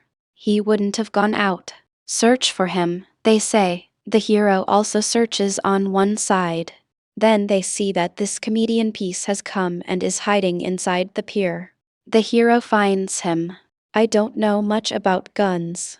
Actually, when you use that kind of gun, there is something like gunpowder, right? That will definitely be on their fingers. So we must take his hand safely, he says, and the hero covers it all up. At the same time, at the income tax office, they bring hands safe and are struggling to break it open. Now they are taking out all the files inside. The hero had taken all the messy proofs from there and kept them, right? So Han gets all the proofs to be found guilty. Then, how does the hero protect the heroine? He had deleted all the video from the indoor CCTV camera. But he didn't delete the outdoor one. The heroine would have clearly gone outside. After that, only after hearing the 2 bullet sounds did the heroine panic and go inside. So, when they check that, considering all the timing, they come to the conclusion that the heroine couldn't have committed the crime. After that, the brother's hand also has the gunpowder residue. So the hero correctly finds and says all this. Immediately, the commissioner comes. Not only that, the chairman will get punishment. We will definitely ensure the punishment is given. You are the reason for all this, he says, praising the hero. That's all. The mother goes to jail and the son also goes to jail. What does the heroine do? She goes to jail to see her mother-in-law. There, what does the mother-in-law say? Have you come to see me happily? Like seeing an animal in a zoo, is that why you've come? She asks. I know very well that you didn't do this. Why did you do all this? She asks. I did it. I didn't like you at all. I said it from the beginning itself. I didn't like you at all. You and we will never match. You are somewhere, we are somewhere. You should never have come into our family. That's why I didn't like you. Because you are all lowly servants, she says, still talking arrogantly. You still have a little, no, a lot to experience. Look here, she says, and the heroine leaves from there, upset. At the same time, the hero goes to see Han. When he looks, the whole company's chairman is sitting super comfortably in his seat, enjoying that feeling. These people may have a lot of money, but they have no brains. That's why they can never win against people like me. Not just one person, no matter how many come, no matter how much money they have, they can never win against me. Then what does he say? I have no personal problem with you or with her. I know you two love each other. Happily go and settle abroad. Just give me that 16,000 crores, he asks. The hero immediately says, Go away, king. I have already made everything public. Li Jean herself has given a statement that you ordered the heroine's murder. Not only that, the original ledger that Mr. Ho had kept as proof, your wife had given it, and I have submitted it all to the police. Now you two will go inside to keep your son company, he says, and they fight. That's it. His face changes completely. That's it. Finally, they catch him too and take him away. What does the hero do? He goes straight to see the heroine. He gives her his resignation letter. What will you do? After leaving this job, where will you go? She asks. I haven't decided yet. Maybe I can even join my old job again, he says. Is that so? So you are leaving from here? She asks. Yes, I have to leave, he says. Whatever you say for your friend, but you have done a lot for me. No one would give their life to save others like that. Thank you so much, she says and offers her hand. The hero also offers his hand. Go, stay safe. If you have any problem, call me immediately, he says. They leave this lady. Why?